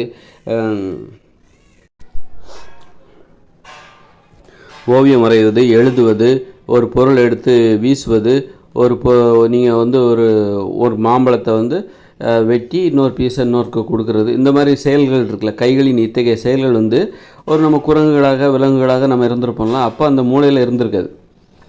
அப்போ வந்து அந்த மூளையில் வந்து இப்படிப்பட்ட பதிவுகள், கைகளால் இதெல்லாம் செய்ய முடியுங்கிறது அப்போ இருந்த அந்த மூளைக்கு தெரியாது. கைகளால் எழுத முடியும், இது என்ன எழுதுது, இது என்ன மொழி, இது என்ன வித்தியாசமாக இருக்குது, இது என்ன ஓவியம் வரையுது, ஓவியமா, இது என்ன, இது வரைகிறது, எழுதுவது, இதெல்லாம் வந்து கைகளோட வித்தியாசமான வேலைகள். இந்த மாதிரி வேலைகள் வந்து மூளையின் விதிமுறையில் கிடையாது. அது இயற்கையான ஒரு நடைமுறை கிடையாது. எந்த உயிரினமே வந்து எழுதுறது கிடையாது, ஓவியம் வரைகிறது கிடையாது. ஆக இந்த மாதிரியான செயல்பாடுகள் கைகளின் அது மாதிரி நீங்கள் ஏதாவது ஒரு உணவு கிடச்சிருச்சு, இந்தாங்க நீங்கள் ஒன்று சாப்பிடுங்க, நான் ஒன்று சாப்பிட்றேன் அப்படிங்கிற இந்த கைகள் வந்து உணவுகளை வந்து பகிர்ந்து உண்பதற்காக நம்ம கைகளை பயன்படுத்துகிறோம். இந்த மாதிரி கைகளுக்கு இப்போ இத்தகைய செயல்பாடுகள் என்பது மூளையின் விதிமுறையில் கிடையாது. கைகள் இப்படியெல்லாம் செயல்படும் என்பது மூளையின் விதிமுறையில் கிடையாது. ஆக பகிர்ந்து உண்பது என்பது இயற்கை விதிமுறைக்கு முரணானது. ஒரு கைகளுக்குன்னு ஒரு செயல்பாடு இருக்குது, அந்த செயலை தான் அந்த கை செய்யணும் அப்படின்னு சொல்லிட்டு மூளை நினைக்குது. ஆனால் இது வந்து என்னடான்னா, ஓவியம் வரையுது, எழுதுது, கோடுகளை கிறுக்குகிறது, அப்புறம் கையில் இருக்கிற உணவுப் பொருட்களை 2 பழம் இருந்தால் ஒரு பழத்தை இன்னொன்றுக்கு கொடுக்குது, இன்னொன்றுக்கு இந்த குரங்கு கொடுக்குது. அதாவது நமது முன்னோர்கள் தான், நமது இனம்தான் குரங்கு அப்படிங்கும்போது கொடுக்குது. அப்படிங்கும்போது இது கைகளோட வித்தியாசமான செயல்பாடுகள். இந்த மாதிரி செயல்பாடுகள் வந்து மூளையில் இல்லை. அப்போ ஆனால் நம்ம மனித வாழ்க்கை முறையே இயற்கைக்கு முரணானதா, செயற்கையானது அப்படின்னா அது எப்படி உருவாகுதுன்னா, இந்த மாதிரி கைகளோட வித்தியாசமான செயல்பாடுகள் தான் காரணம். மனித வாழ்க்கை என்பதே வித்தியாசமான வாழ்க்கை தான். பிற உயிரினங்களின் வாழ்க்கையிலிருந்து பார்க்கும்போது மனித வாழ்க்கை என்பது வித்தியாசமான வாழ்க்கை. அது எங்கேருந்து ஆரம்பிக்குதுன்னா, நமது கைகளின் வித்தியாசமான செயல்பாடுகளிலிருந்து தான் ஆரம்பிக்குது. கால்கள் நடப்பது வந்து எல்லா குரங்கும் நடக்கும், எல்லா ஆடு மாடு எல்லாமே நடக்கும். நமது கால்களும் அப்படி தான், நம்ம நடக்கிறோம். ஆனால் வந்து கைகள் பார்த்திங்கன்னா, இந்த மாதிரி கைகளோட செயல்பாடுகள் வேறு எந்த உயிரினத்துக்கும் கிடையாது. அதாவது கைகளை வச்சு மரம் ஏறுறது, கல்லை தூக்கி எறிகிறது, அது எல்லாம் கூட பிற உயிரினத்தில் இருக்கும். ஆனால் ஓவியம் வரைவது, எழுதுவது, அப்புறம் வந்து உணவை பகிர்ந்து உண்பது, இந்தா நீ ஒன்று சாப்பிடு, உணவை வந்து கொடுக்கறது, கையை வச்சு கொடுக்குற வேலை, இதெல்லாம் வந்து பிற உயிரினங்களிடம் கிடையாது. கைகளின் இத்தகைய வித்தியாசமான செயல்பாடுகள் தான் மனித உயிர்களின் வித்தியாசமான வாழ்க்கைக்கு காரணம். மனித உயிர்கள் தோன்றியதுக்கே இந்த கைகளோட செயல்கள் தான் காரணம், கைகளோட செயல்பாடுகள் தான் காரணம். மனம் எனும் நோய் ஏற்பட்டதுக்கே இந்த கைகளோட வித்தியாசமான மனம் எனும் நோய் தான் இன்றைக்கி நம்ம மனித உயிர்களாக வாழ்வதற்கு காரணம். நாமெல்லாம் நோயாளிகள், அடிப்படையில் நாமெல்லாம் நோயாளிகள். மனம் என்பது ஒரு நோய், அது குணப்படுத்த முடியாது, ஆனால் கட்டுப்படுத்த முடியும். தொடர்ச்சியாக இயங்கி கொண்டிருக்கிற அந்த மனதின் இயக்கத்தை வந்து நம்ம வந்து தொடர்ச்சியாக இயங்காமல் கொஞ்சம் இயங்கினா போதும். நிறைய இடைவெளி, அப்புறம் கொஞ்சம் எண்ணங்கள், அப்புறமா கொஞ்சம் இடைவெளி, அப்புறம் கொஞ்சம் சிந்தனைகள், அப்புறமா கொஞ்சம் பெரிய இடைவெளி, அப்புறம் வந்து ஒரு கற்பனை. இந்த மாதிரி மனது என்பது தொடர்ச்சியாக இயங்கணுங்கிற அவசியம் இல்லை. இதுதான் கட்டுப்பாடு. இப்படி இயங்கினால் நம்ம மனித உயிர்களாக நம்ம இருப்போம். மனம் என்கிற நோய் இருக்கிற வரைக்கும் தான் நம்ம மனித உயிர்களாக இருப்போம். மனம் என்கிற நோய் நமக்கு முற்றிலும் குணமடைந்து விட்டால் மீண்டும் குரங்குகளாக விலங்குகளாக காடுகளில் மரம் ஏறி குடும்பம் அப்படிலாம் இருக்க மாட்டோம், திருமணம் எல்லாம் வாழ மாட்டோம், மீண்டும் குரங்குகளாக வாழ ஆரம்பித்து விடுவோம். அதனால் மனம் எனும் நோய் நமக்கு தேவை. மனம் எனும் நோய் எப்படி ஏற்பட்டுச்சுன்னா, நம்முடைய கைகளின் வித்தியாசமான செயல்பாடுகள் தான். கைகளோட வித்தியாசமான செயல்பாடுகள் என்னது? வரைவது, ஓவியம் வரைவது, கோடுகளை கிறுக்குவது, எழுதுவது, இதெல்லாம் வித்தியாசமான செயல்பாடு. குறிப்பாக வித்தியாசமான செயல்பாடுகள், கைகளின் வித்தியாசமான அடிப்படையான முதன்மையான செயல்பாடு என்னென்னா பகிர்ந்து உண்பது. பகிர்ந்து உண்பது தான் நாம் மனித உயிர்களாக மாறியதற்கு காரணம். ஓவியம் வரைவது, கோடுகளை கிறுக்குவது, அது அப்புறமா. பகிர்ந்து உண்பதற்குள்ள வேறு எந்த உயிரினமும் தன்னிடமுள்ள உணவை தனது கைகள், அவங்களுக்கெல்லாம் கை கிடையாது, 4 கால் இருக்கும், பிரித்து கொடுக்காது. தனது உணவை பிறருக்கு கொடுப்பது, பிறரிடமிருந்து வாங்குவது, இந்த நடைமுறை வந்து ஆனால் ஒன்று கூடி சாப்பிடுவாங்க, கூட்டமாக சாப்பிடுவாங்களே தவிர அவங்கவுங்களுக்கு உணவை அவங்கவுங்களே எடுத்துப்பாங்க. நீ கொடுக்குற வேலை இருக்குல்ல, உங்கள்கிட்ட இருக்கிற உணவு மற்றவங்கள்ட்ட கொடுக்குறது, மற்றவங்கள்ட்ட இருக்கிறத நீ வாங்குறது, இதுக்கு இந்த கை பயன்படுகிறது. இந்த கைகளின் இத்தகைய செயல்பாடு தான், பகிர்ந்து உண்ணுகிற செயல்பாடு தான் நாம் மனித உயிர்களாக மாறியது காரணம். மனம் எனும் நோய் ஏற்பட்டதுக்கே காரணம். மனமெனும் நோய் ஏன் ஏற்பட்டுச்சுன்னா பகிர்ந்து உண்பதால் தான். பகிர்ந்து உண்பதால் தான் ஏற்பட்டது. உணவுகளை பகிர்ந்து உண்பதால். இப்போ சின்ன குழந்தைக்கு ஒரு பறவை தனது வாயால் உணவுகளை எடுத்து கொண்டு போய் தனது குட்டி பறவைகளுக்கு கொடுக்குது. குஞ்சுகளாக இருக்கிற பறவைகளுக்கு கொடுக்குது வாயை வச்சு. அதுக்கப்புறம் அந்த பறவைகள் வளர்ந்த பிறகு அது கொடுப்பதில்லை. பறவைகள் கொடுப்பதில்லை. இப்போ ஒரு ஆடோ மாடோ பால் கொடுக்குது. ஆனால் தனது கை விரல்களால் சாப்பிடுன்னு எடுத்து கொடுக்கறதில்ல எந்த ஒரு உயிரினமே.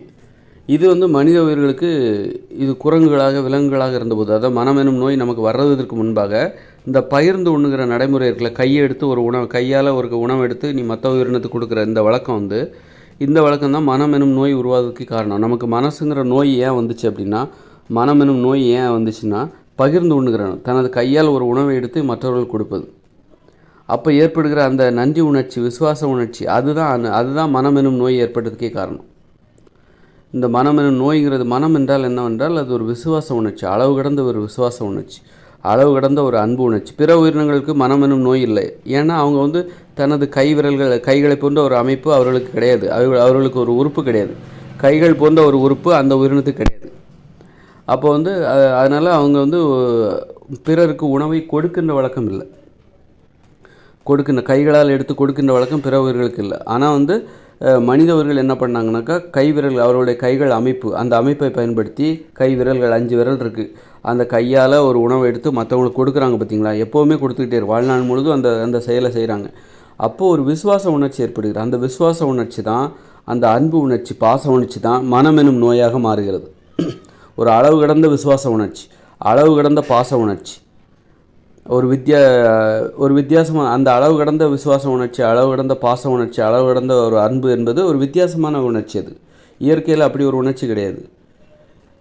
அன்பு என்பது அளவாக இருக்கும், அது எல்லா உயிரினத்திலும். ஆனால் அளவு கடந்த ஒரு பாசம் இருக்குல்ல, மனிதவர்கள் ஒற்றுமையாக இருக்காங்க, குடும்பமாக இருக்காங்க, இந்த மாதிரி ரொம்ப பாசமாக இருக்காங்களே, இது ஒரு அளவு கடந்த ஒரு உணர்ச்சி. இது இயற்கையிலேருந்து வித்தியாசமான உணர்ச்சி. ஒரு அளவாக தான் எல்லா உயிரினத்துலையும் இருக்குது. ஆனால் இந்த அளவுக்கு மனிதவர்களை போன்ற அளவு கடந்த அந்த பாசங்கிறது வேறு எந்த உயிரினத்திலும் இல்லை. அதுதான் மனமெனும் நோய் உருவாக காரணம். மனமெனும், இப்போ ஒருத்தர் நம்ம அம்மாவை பார்க்கும்போது, அப்பாவை பார்க்கும்போது, நமக்காக இவ்வளோ கஷ்டப்படுறாங்களே அப்படிங்கும்போது அவங்க மேலே நமக்கு ஒரு அன்பு வருதில்ல, பாசம் வருதில்ல, அதை நம்ம மனசில் உணர்கிறோம். அந்த அன்பு பாசத்தை மனசில் தான் நம்ம உணர்கிறோம். அப்போ மனசில் நம்ம அடிக்கடி நினச்சி பார்க்குறோம், அவங்கள நினச்சி அழுகிறோம். அல்லது யாராவது நமக்கு ரொம்ப பிடிச்சி போச்சுன்னா அவங்கள நினச்சி அழுகிறோம். ஒரு காதல்னா காதலியோட நினப்பு காதலனுக்கு வந்துக்கிட்டே இருக்குது, காதலனோட நினப்பு காதலிக்கு வந்துக்கிட்டே இருக்குது. அப்போது இது ஒரு அன்பின் வெளிப்பாடு. அன்பு தான், அந்த அளவு கடந்த அன்பு தான் மனமெனும் நோய் உருவாக காரணம். அளவு கடந்த பாசம், அளவு கடந்த அக்கறை, இதுதான் மனமெனும் நோய். மனசு உருகுது, அந்த மாதிரி மனமெனும் நோய் உருவாகிறதுக்கு காரணமாக இருக்குது. மனமெனும் நோய் உருவாக காரணம் பகிர்ந்து உண்பது தான். பகிர்ந்து உண்டதால் தான் மனமெனும் நோய் வந்தது. அது பகிர்ந்து உண்பதற்கு என்ன காரணம்? கை விரல்களோட அமைப்பு. உங்கள் 5 விரல் இருக்குல்ல, ஒரு கையில் 5 விரல், இன்னொரு கையில் 5 விரல். இந்த விரல்களை வைத்துக்கொண்டு நீங்கள் ஒரு உணவை எடுக்கிறீங்க. அதை இப்போ 2ஆக பிச்சு இன்னொருத்தருக்கு கொடுக்குறீங்க. உங்கள் நண்பருக்கு கொடுக்குறீங்க, உங்கள் பையனுக்கு கொடுக்குறீங்க, உங்கள் அம்மாவுக்கு கொடுக்குறீங்க, அப்பாவுக்கு கொடுக்குறீங்க, தாத்தாவுக்கு கொடுக்குறீங்க. உங்கள் தாத்தா உங்களுக்கு தராரு, உங்கள் பாட்டி உங்கள் வாயில் ஊட்டி விடுறாங்க. ஊட்டி விடுறது பாருங்கள், ரொம்ப முக்கியமான விஷயம். எல்லா உயிரினமும் வாயை வச்சு வாயில் ஊட்டி விடும். ஊட்டி விடுவது என்பது வாயை வச்சு தான் ஊட்டி விடுவாங்க. ஆனால் நீங்கள் கையை வச்சு ஊட்டி விட்றீங்க பாருங்கள். கை விரல்களால் ஒரு உணவை எடுத்து ஊட்டி விடுவது, இதுதான் மனம் எனும் நோய் உருவாக காரணமே. அதனால தான் நம்ம மனுஷங்களாகவே மாறணும்.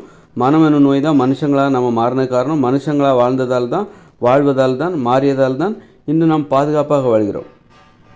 பிற உயிரினங்கள் நம்மளை வேட்டையாடாது. அந்த அளவுக்கு ஒரு பாதுகாப்பான ஒரு வாழ்க்கையை நாம் ஏற்படுத்தி விட்டோம். இன்றைக்கி நம்ம பாதுகாப்பாக வாழ்வதற்கு அந்த மனம் எனும் நோய் தான் காரணம்.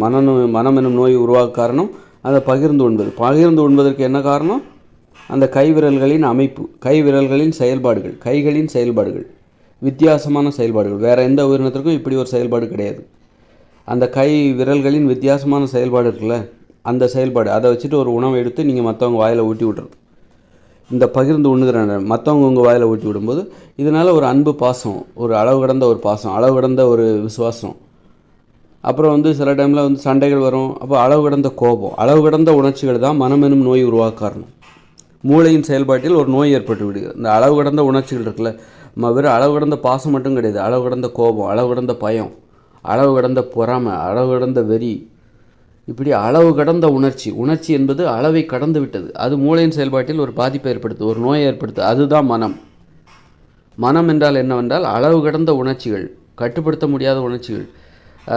அளவு கடந்த மனித உணர்ச்சிகள் என்பது அளவை கடந்து விட்டது. அப்படிங்கும்போது அது மூளையின் செயல்பாட்டில் பாதிப்பை ஏற்படுத்துகிறது. அதுதான் மனம் எனும் நோயாக மாறுகிறது.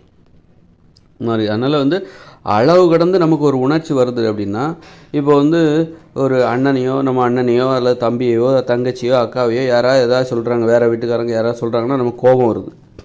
ரொம்ப ஏன் அந்த மாதிரி ஒரு அளவு கடந்த ஒரு பாசம். அது காரணம் அதை பகிர்ந்து உண்பது. ஒரு குடும்பமாக வாழும்போது, ஒரு நண்பராக வாழும்போது, ஒரு உறவினர்களோடு வாழும்போது அவர்களுக்குள் பகிர்ந்து உண்ணுகிற வழக்கம் அதிகமாக இருக்கும். அதனால தான் அவங்களுக்குள்ளே இருக்கிற உறவு முறை ரொம்ப பிடிப்போடு இருக்குது அப்படின்னு காரணம் அந்த பகிர்ந்து உண்ணுகிற வழக்கம் தான். அதுதான் உறவு முறை ரொம்ப பிடிப்பாக ஒற்றுமையாக இருப்பதற்கு அதான் காரணம். அதுக்கு பகிர்ந்து உண்பதற்கு என்ன காரணம்? அந்த கை விரல்களோட வித்தியாசமான செயல்பாடுகள். இதெல்லாம் மனம் எனும் நோய் பகிர்ந்து உண்பது தான் மனம் எனும் நோய் உருவாவதுக்கே காரணம். நாம் மனித உயிர்களாக வாழ்வதற்கு அந்த மனம் எனும் நோய் தான் காரணம். அப்படின்னா நாம் மனித உயிர்களாக வாழ்வதற்கு என்ன காரணம்? பகிர்ந்து உண்பது தான் காரணம். ஆக மனித உயிர்களாக நாம் வாழ வேண்டுமென்றால் பகிர்ந்து உண்ண வேண்டும். அப்போ தான் மனுஷங்களாக நாம் வாழ முடியும். பகிர்ந்து உண்ணாமல் நீங்கள் உணவுகளை பிறருக்கு கொடுக்காமல், பிறரிடமிருந்து வாங்காமல் தனியாக வாழ்ந்துட்டிங்கன்னா நீங்கள் மிருகமாகிடுவீங்க. நீங்கள் பேயாக மாறிவிடுவீர்கள். மிருகம் கிடையாது, பேயாக மாறிவிடுவீர்கள். பேய் என்பது மிருகத்தை விட மேலான ஒரு வெறி பிடித்த ஒரு உயிரினமாக நீங்கள் மாறிவிடுவீர்கள். பேயாகவும் பிசாசாகவும் மாறிவிடுவீர்கள் நீங்கள் பகிர்ந்து உண்ணவில்லை என்றால். பகிர்ந்து உண்டால் தான் மனதில் அமைதி கிடைக்கும். உங்கள் மனசில் தியானம், நீங்கள் அமைதியை ஏற்படுத்துறதுக்கு நீங்கள் தியானம்லாம் பண்ணாதீங்க. தியானம் பண்ணுறது அதெல்லாம் தேவையில்லை. பகிர்ந்து உண்டாலே போதும். பகிர்ந்து உண்பது என்னால் கொடுப்பது, வாங்குவது, பிறரிடமிருந்து வாங்குவது, பிறருக்கு கொடுப்பது, இந்த ரெண்டுமே இருக்கணும். வெறுமனே கொடுத்து கொண்டே இருந்தால் உங்கள் மனசில் அமைதி ஏற்படாது. வெறுமனே வாங்கி கொண்டு மட்டுமே இருந்தால் அப்போவும் உங்கள் மனசில் அமைதி ஏற்படாது. அப்போ நீங்கள் கொடுக்கவும் செய்யணும், வாங்கவும் செய்யணும். அப்போ ஒரு இயல்பான வாழ்க்கை வாழணும். நீங்கள் பெரிய கோடீஸ்வரராக இருக்கீங்க, அப்போ நீங்கள் எப்போவுமே கொடுத்துக்கிட்டு தான் இருப்பீங்க. வாங்க வேண்டிய அவசியம் உங்களுக்கு வராது. நீங்கள் உங்கள்கிட்ட 100 கோடி இருக்குது, எப்போ பார்த்தாலும் காரு, பெரிய பங்களா, அப்போ நீங்கள் பார்க்குறீங்க. எல்லாரோடைய செலவையும் நீங்கள் எடுத்துப்பீங்க. போகிற வர இடத்துலலாம் ஆகிற செலவு எல்லாத்தையும் நீங்கள் எடுத்துப்பீங்க. அதில் ஒன்றும் உங்களுக்கு கஷ்டமே கிடையாது. ஏன்னா உங்கள்கிட்ட நிறைய பணம் இருக்குது. 100 கோடி இருக்கலாம், 500 கோடி இருக்கலாம்.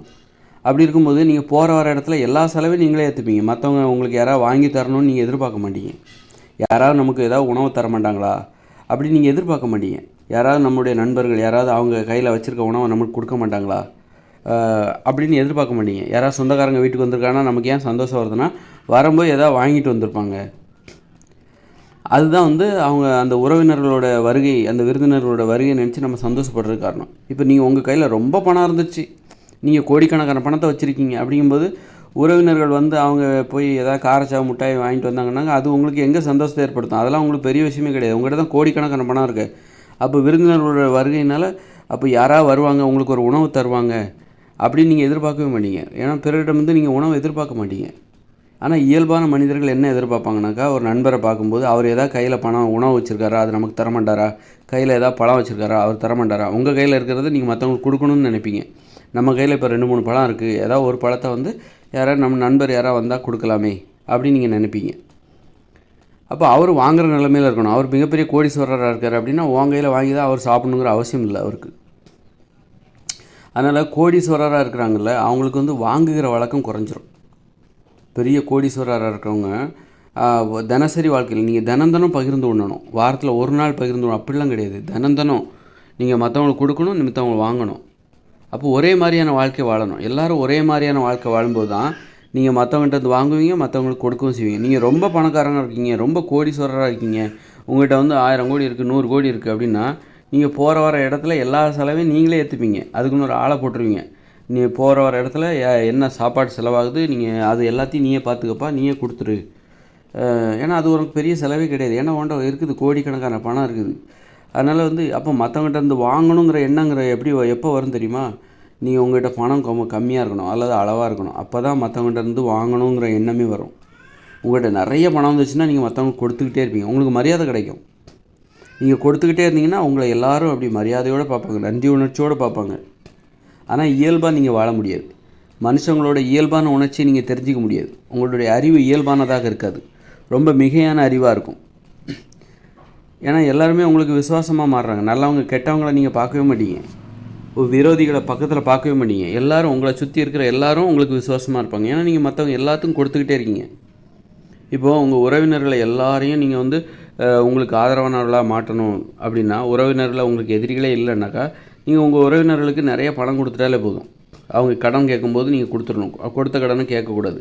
உங்கள்கிட்ட இப்போ நிறைய பணம் இருக்குது, என்கிட்ட நிறைய பணம் இருக்குப்பா, அவங்க எங்கள் உறவினர்கள் 1 லட்சம் கேட்குறாங்க, 2 லட்சம் கேட்குறாங்க, அதை கொடுத்துருவேன், அதெல்லாம் திரும்பி கேட்க மாட்டேன், அதெல்லாம் எனக்கு ஒரு பெரிய விஷயம் கிடையாது. அப்போ உறவினர்கள் வீட்டுக்கு வந்தாங்கன்னா அவன் நல்லா சாப்பாடு போடுவேன், நல்ல செமையான சாப்பாடெலாம் போடுவேன், என்கிட்ட நிறைய பணம் இருக்குது அப்போ உறவினர்கள் வந்து உங்களுக்கு எல்லோரும் ஆதரவாக இருப்பாங்க, உங்களை புகழ்ந்து பேசுவாங்க. அதுவே நீங்கள் வந்து உங்கள்கிட்ட நிறைய பணம்லாம் இல்லை, தேவையான அளவுக்கு தான் இருக்குது அப்படிங்கும்போது உங்கள் உறவினர் ஒரு கடன் கேட்பார். அப்போ வந்து என்னால் கொடுக்க முடியாதுப்பா, என்கிட்ட இல்லை அப்படின்னு நீங்கள் சொல்லுவீங்க. அப்போ அவர் என்ன பண்ணுவார், உங்கள்கிட்ட சண்டை போடுவார், உங்களை எதிரியாக பார்ப்பார். அப்போ சிலருக்கு நீங்கள் கொடுக்க மாட்டீங்க. இவனுக்கு ஏன் நம்ம கொடுக்கணும், இவன்கிட்ட கொடுத்தா நமக்கு திருப்பி தர மாட்டான். இப்போ உங்கள்கிட்ட நிறைய பணம் இருந்தால் நீங்கள் கொடுப்பீங்க, அவன் திருப்பி தரணுங்கிற அவசியம் உங்களுக்கு இல்லை. ஏன்னா உங்கள்கிட்ட நிறைய பணம் இருக்குது. அப்போது கொஞ்சம் அளவோடு இருக்கும்போது தான் நீங்கள் யாருக்கு கொடுக்கணும், யாருக்கு கொடுக்கக்கூடாது அப்படிங்கிறதெல்லாம் பற்றி நீங்கள் யோசிப்பீங்க. இவனுக்கு கொடுத்தா நம்ம திருப்பி வராது, இவர்கிட்ட கொடுத்தா நம்பிக்கையாக கொடுக்கலாம், கண்டிப்பாக பணம் திருப்பி வரும் அப்படின்ற மாதிரி. அப்போ எல்லாத்துக்கும் நீங்கள் செலவு செய்யணும். நம்மளே எல்லா நேரத்துலையும் செலவு செய்யணுமா? யாரும் நமக்கு செலவு செய்ய மாட்டாங்களா? உங்கள் ஃப்ரெண்ட்ஸுக்கு எப்போ பார்த்தாலும் நீங்களே செலவு செய்வீங்களா? ஏன் அவன் செலவு செய்ய மாட்டானா அப்படின்னு எப்போ தோணும் அப்படின்னா, உங்கள்கிட்ட அளவான பணம் இருந்தால் தான். நீங்கள் ஒரு கோடீஸ்வரராக இருந்தால் உங்கள் ஃப்ரெண்ட்ஸு எல்லாம் எப்போ பார்த்தாலும் நீங்களே செலவழிச்சிட்ருப்பீங்க. உங்களை சுற்றி ஒரு காக்கா கூட்டம் இருக்கும், உங்களை சுற்றி ஒரு ஜால்ரா கூட்டம் இருக்கும். இதில் யார் நல்லவன் யார் கெட்டவன் உங்களுக்கு கண்டுபிடிக்க முடியாது. எல்லோரும் உங்களை புகழ்ந்துகிட்டே இருப்பாங்க, இதில் யார் நல்லவன் யார் கெட்டவன். அதனால் எப்போதும் கொடுத்துக்கொண்டே இருக்கிற ஒரு வாழ்க்கை முறை இருக்குல்ல. நீங்கள் ஒரு கோடீஸ்வரராக இருப்பீங்க, நிறைய பேர் அப்படி தான் நினைப்பாங்க. என்கிட்ட மட்டும் நிறைய பணம் இருந்தால் என் சொந்தக்காரங்களுக்கு எல்லாத்துக்கும் நான் கொடுத்துக்கிட்டே இருப்பேன், என்கிட்ட மட்டும் கோடிக்கணக்கான பணம் இருந்தால் என் சொந்தக்காரங்க நண்பர்கள் யார் கஷ்டப்படுறாங்க எல்லாத்துக்கும் நான் கொடுத்துக்கிட்டே இருப்பேன், எல்லோரும் என்ன புகழ்வாங்க. ஆனால் என்னென்னா யார் நல்லவங்க யார் கெட்டவங்கிறது நம்மளால் கண்டுபிடிக்க முடியாது. நம்மளை சுற்றி இருக்கிறவங்க எல்லோரும் நாம் கொடுப்பதை வாங்குவதற்காக எப்போவும் தயாராக இருப்பாங்க. அதில் ஒரு போட்டி இருக்கும், நம்மளை புகழ்ந்துக்கிட்டே இருப்பாங்க. அதில் யார் நல்லவங்க, எப்போ நல்லவங்க கெட்டவங்க இதெல்லாம் இது சார்ந்த அறிவு, ஒரு மனித உயிர்களை பற்றி அறிவு, மனுஷங்களை பற்றின அறிவு எப்போ நமக்கு வரும் அப்படின்னா, நம்மக்கிட்ட பணம் அளவாக இருக்கணும். அளவாக இருக்கும்போது தான் நம்ம எல்லாத்துக்கும் கடன் கொடுக்க மாட்டோம். அப்போ அளவோட பணம் இருந்தால் தான் நம்ம மனுஷங்களை பற்றின அறிவு தான் ரொம்ப முக்கியம். மனுஷங்க நம்மளை வந்து புகழ்கிறாங்க, அப்படியே ஐயோ கடவுளே நீங்கள் தான் கடவுள், அப்படி உங்களுக்காக நான் உயிரை கொடுப்பேன் அப்படிங்கிறதெல்லாம் இங்கே முக்கியம் கிடையாது. அது உங்களை புகழ்ந்துக்கிட்டே இருக்கிறது, எங்கே போனாலும் வாங்க சார் உட்காருங்க சார் அப்படி மரியாதை கொடுக்கறது, இது வந்து முக்கியம் கிடையாது. அறிவு தான் முக்கியம். எது முக்கியம்? மனுஷங்களோட அறிவு எப்படிப்பட்டது, மனுஷங்களோட இயல்பு எப்படிப்பட்டது, இந்த அறிவு தான் நமக்கு ரொம்ப முக்கியம். இந்த அறிவை அடிப்படையாக வைத்துக்கொண்டு நம்ம ஒரு புகழை தேடிட்டு போகணும். இந்த அறிவை இழந்து கொண்டு நீங்கள் புகழை தேடி போகக்கூடாது.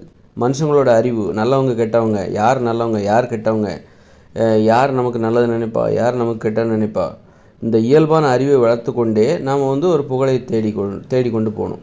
வெறுமனே புகழ், யாரும் நல்லவங்க கெட்டவங்க யாருன்னே தெரியாமல் வெறும் புகழை தேடிட்டு போகக்கூடாது. நம்மளை சுற்றி இருக்கிறவங்க நம்ம நிறைய பணம் செலவழிச்சிட்டே இருந்தால் நம்மளை சுற்றி ஒரு கூட்டம் கூடிடும் எப்போ பார்த்தாலும். அப்போ நமக்கு நல்லவங்க யார் கெட்டவங்க யாருன்னு நமக்கு தெரியாமல் போயிடும். அதனால் வந்து எல்லோரும் அப்போ நம்ம அளவான பணம் இருந்தாக்கா தான் மனுஷங்களோட பற்றின இயல்பை நம்ம தெரிஞ்சுக்க முடியும். மனுஷங்க எப்படிப்பட்டவங்க அப்படிங்கிற அறிவு நமக்கு தெரியும். அப்போ தான் அதுதான் நமக்கு ஊக்கத்தை கொடுக்கும். நமக்கு போட்டி போடணும் அப்படிங்கிற எண்ணம் எப்போ வரும்னா, மனுஷங்களோட எல்லா அறிவு மனுஷங்களோட இயல்பு என்ன, அவங்க எப்படிப்பட்டவங்க, நாம் உண்மையிலே நம்ம நல்லா இருக்கணும்னு நினைப்பாங்களா, அல்லது பொறாமப்படுவாங்க, நம்ம வளர்ச்சியை பார்த்து பொறாமப்படுவாங்க, நமக்கு கூட பொறாமை வரும், மற்றவங்க வளர்ச்சியை பார்த்து நமக்கு ஒரு பொறாமை வரும், மற்றவங்க அழிஞ்சு போனால் சில சமயத்தில் நமக்கு சந்தோஷம் வரலாம், அது மாதிரி நம்ம அழிஞ்சு போகும்போது மற்றவங்க சந்தோஷப்படுவாங்க. இந்த புரிதல் இருக்குல்ல, இதுதான் போட்டி போடுற மனப்பான்மையை உருவாக்கும். அப்போ நம்ம ஜெயிக்கணும், மற்றவங்க முன்னாடி நம்ம நிரூபித்து காட்டணும், அல்லது இது மாதிரியான உணர்ச்சிகள் இருக்குல்ல, இதெல்லாம் எப்படின்னா மனுஷங்களை பற்றின இயல்பான அறிவை வளர்க்கும்போது தான் அந்த போட்டி போடுகிற மனப்பான்மை வரும். நீங்கள் கொடுத்துக்கிட்டே இருக்கீங்க, உங்களை ஜால்ரா கூட்டம் தான் அதிகரிக்குது அப்படின்னா நல்லவங்க யார் கெட்டவங்க யாருன்னு உங்களால் தெரிஞ்சிக்க முடியாது. அப்போ வந்து போட்டி போடுகிற மனப்பான்மை இருக்காது. நீங்கள் செய்கிற வேலையும் சரியான எந்த செயலை நீங்கள் செய்யணும் அப்படிங்கிறத உங்களால் கண்டுபிடிக்க முடியாது. தேவையில்லாத வேலைகளை செஞ்சிட்ருப்பீங்க, தேவையான வேலைகளை உங்களால் கண்டே பிடிக்க முடியாது.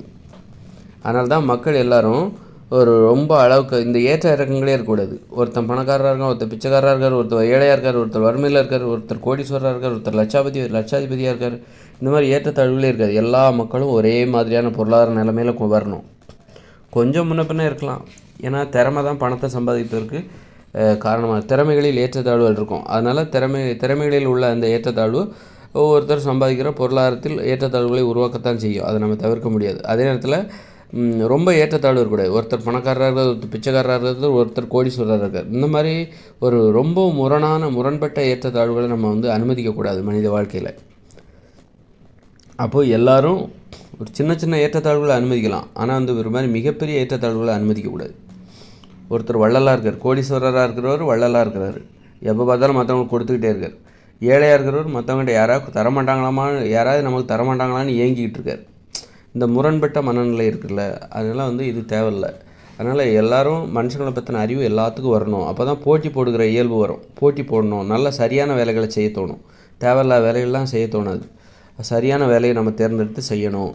அப்புறம் போட்டி போடணும். அப்போ மனுஷங்களோட அறிவு நமக்கு தேவை. மனுஷங்க எப்படிப்பட்டவங்க, எந்தெந்த நேரத்தில் எப்படியெல்லாம் மாறுவாங்க அப்படிங்கிறத நம்ம தெரிஞ்சுக்கிற ஒரு வாழ்க்கை முறை நமக்கு தேவை. அப்போ தான் நம்ம போட்டி போட முடியும். எல்லோரும் நல்லவங்க அப்படின்னா நமக்கு போட்டி போடுகிற மனப்பான்மை வராது. எல்லோரும் நல்லவங்க, எல்லாருமே கெட்டவங்க அப்படின்னா கூட அது நமக்கு ஒரு இயல்பான வாழ்க்கை வாழ உதவாது. அதனால் நல்லவங்களும் இருப்பாங்க, கெட்டவங்களும் இருப்பாங்க. எப்பப்போ மனுஷங்க எப்படி மாறுவாங்க, அப்போ எந்த அளவுக்கு நம்ம மற்றவங்கள்ட்ட பழகணும், அதெல்லாம் நம்ம தெரிஞ்சுக்கணும். அப்படின்னா எல்லோரும் ஒரே மாதிரியான ஒரு பொருளாதார நிலைமையில் இருக்கணும். எல்லோரும் கொடுக்கவும் செய்யணும், வாங்குகிற நிலைமையிலும் இருக்கணும். கொடுக்குற நிலைமையிலும் இருக்கணும், வாங்குகிற நிலைமையிலும் இருக்கணும். புரிஞ்சுதுங்களா? கொடுக்கவும் செய்யணும், வாங்கவும் செய்யணும். அப்போ வாங்குகிற நிலைமை ஒவ்வொருத்தருக்கும் இருக்கணும். பணக்காரங்க கோடீஸ்வரர்களுக்கு கொடுக்க வேண்டிய நிலைமை இல்லை. அவங்க கொடுக்க வேண்டிய நிலைமை தான் இருக்குது, ஆனால் வாங்க வேண்டிய நிலைமை அவங்களுக்கு இல்லை. ரொம்ப கோடீஸ்வரர்களாக இருக்காங்கல்ல, அவங்களாம் கொடுக்கணுங்கிற அவசியம் தான்ப்பா இருக்குது. அவங்களுக்கு வாங்கணுங்கிற அவசியம் இல்லை. அவங்ககிட்ட தான் ஏராளமான பணம் இருக்கே அப்படிங்கிற மாதிரி நிலமையில் அவங்க வாழ்ந்துட்டுருப்பாங்க. பெரும்பாலும் அவங்க வாங்கவே மாட்டாங்க, கொடுத்துக்கிட்டே இருப்பாங்க. எங்கே போனாலும் கொடுத்துக்கிட்டே இருப்பாங்க. டிப்ஸு, ஒரு ஹோட்டல் போனால் டிப்ஸு, அப்படி இப்படின்னு கொடுத்துக்கிட்டே இருப்பாங்க. உறவினர்களாக எல்லாத்தையும் கொடுத்துக்கிட்டே இருப்பாங்க. இந்த மாதிரி ஒரு வாழ்க்கையை வாழாமல் எல்லாருக்கும் கொடுக்க வேண்டிய நிலைமையும் இருக்கணும், வாங்க வேண்டிய நிலைமையும் இருக்கணும். வாங்க வேண்டிய நிலைமை வரணும். ஒருத்தரோட வாழ்க்கையில் வாங்க வேண்டிய நிலைமை வரணும். அது மாதிரி கொடுக்க வேண்டிய நிலைமையும் வரணும். கொடுக்க வேண்டிய நிலைமையும் இருக்கணும், வாங்க வேண்டிய நிலைமையும் இருக்கணும். அப்போது ஏழையாகவும் இருக்கக்கூடாது, நீ கோடீஸ்வரராகவும் இருக்கக்கூடாது. ஒரு இயல்பாக ஒரு சமமான பொருளாதாரத்தில் எல்லாருமே இருக்கணும்.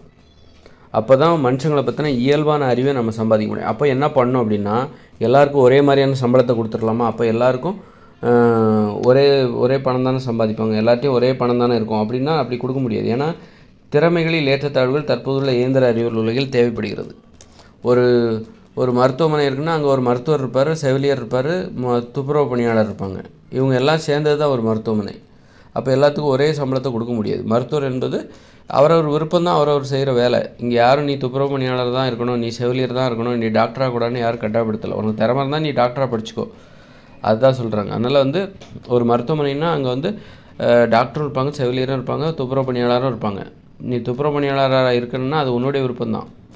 நீ செவிலியராக இருக்கிற என்றால் அது உனது விருப்பம்தான். டாக்டர் ஆகிறதுக்கு உனக்கு விருப்பம் இல்லாமல் இருக்கலாம். அதே நேரத்தில் டாக்டர்னால் அது ஒரு கடினமான வேலை, செவிலியர்னால் அதை விட கொஞ்சம் கடினம் குறைந்த வேலை, ஒரு துப்புரவு பணியாளர்னால் அது ரொம்ப ஈஸியான வேலை. அப்போ அதுக்கு நம்ம ஊதியம் கொடுத்து ஆகணும். டாக்டருக்கு கொஞ்சம் அதிகமான ஊதியம் கொடுக்கணும், செவிலியருக்கு அதை விட கொஞ்சம் குறைவான ஊதியம், ஒரு துப்புரவு பணியாளருக்கு அதை விட குறைந்த ஊதியம் கொடுத்து ஆகணும். அதனால் ஊதியத்தில் ஏற்றத்தாழ்வுகளை நம்ம தவிர்க்க முடியாது. அது மாதிரி திறமைகளில் ஏற்றத்தாழ்வுகளை நம்ம தவிர்க்கவும் முடியாது. தற்போதுள்ள இயந்திர அறிவியல் உலகில் திறமை என்பது அவற்றில் ஏற்றத்தாழ்வு இருக்க தான் செய்யும். திறமையில் உள்ள ஏற்றத்தாழ்வு தான் ஒருத்தர் மருத்துவராக இருக்கிறதுக்கும், ஒருத்தர் செவிலியராக இருக்கிறதுக்கும், ஒருத்தர் துப்புரவு பணியாளராக இருக்கிறதுக்கும் காரணம். அப்போது எதில் நம்ம சமத்துவத்தை பேண முடியும்னா, எல்லோரும் நீ டாக்டராக இருந்தாலும் 6 மணி நேரம் தான் வேலை பார்க்கணும், நீ செவிலியராக இருந்தாலும் 6 மணி நேரம் தான் வேலை பார்க்கணும், நீ துப்புரவு பணியாளராக இருந்தாலும் 6 மணி நேரம் தான் வேலை பார்க்கணும். அப்போ இந்த விஷயத்தில் நம்ம சமத்துவத்தை நிலைநாட்ட வேண்டும். அப்போது எல்லோரும் அப்போது இதனால் என்ன ஆகும் அப்படின்னா, ஒருத்தர் ரொம்பவும் அளவுக்கு அதிகமான திறமையோடு யாரும் இருக்க மாட்டாங்க. அளவுக்கு அதிகமான திறமை உங்களுக்கு வேணும்னா அளவுக்கு அதிகமான நேரம் உழைக்கணும். உழைப்பு தான் உங்களுடைய திறமைக்கு காரணம். அப்போ அளவுக்கு அதிகமான திறமைக்கு அளவுக்கு அதிகமான உழைப்பு தான் காரணம்.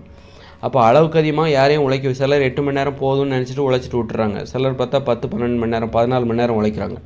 இந்த மாதிரி ஏற்றத்தாழ்வுகளை நம்ம அனுமதிக்கக்கூடாது. அதனால தான் ஏன் ஒருத்தர் கோடீஸ்வரராக இருக்கார், ஒருத்தர் ஏன் ஏழையாகவே இருக்கார், அல்லது நடுத்தர வர்க்கத்தில் ஏன் இருக்காங்கன்னா, கோடீஸ்வரராக இருக்கிறவர் நிறைய நேரம் உழைக்கிறார் தினமும்.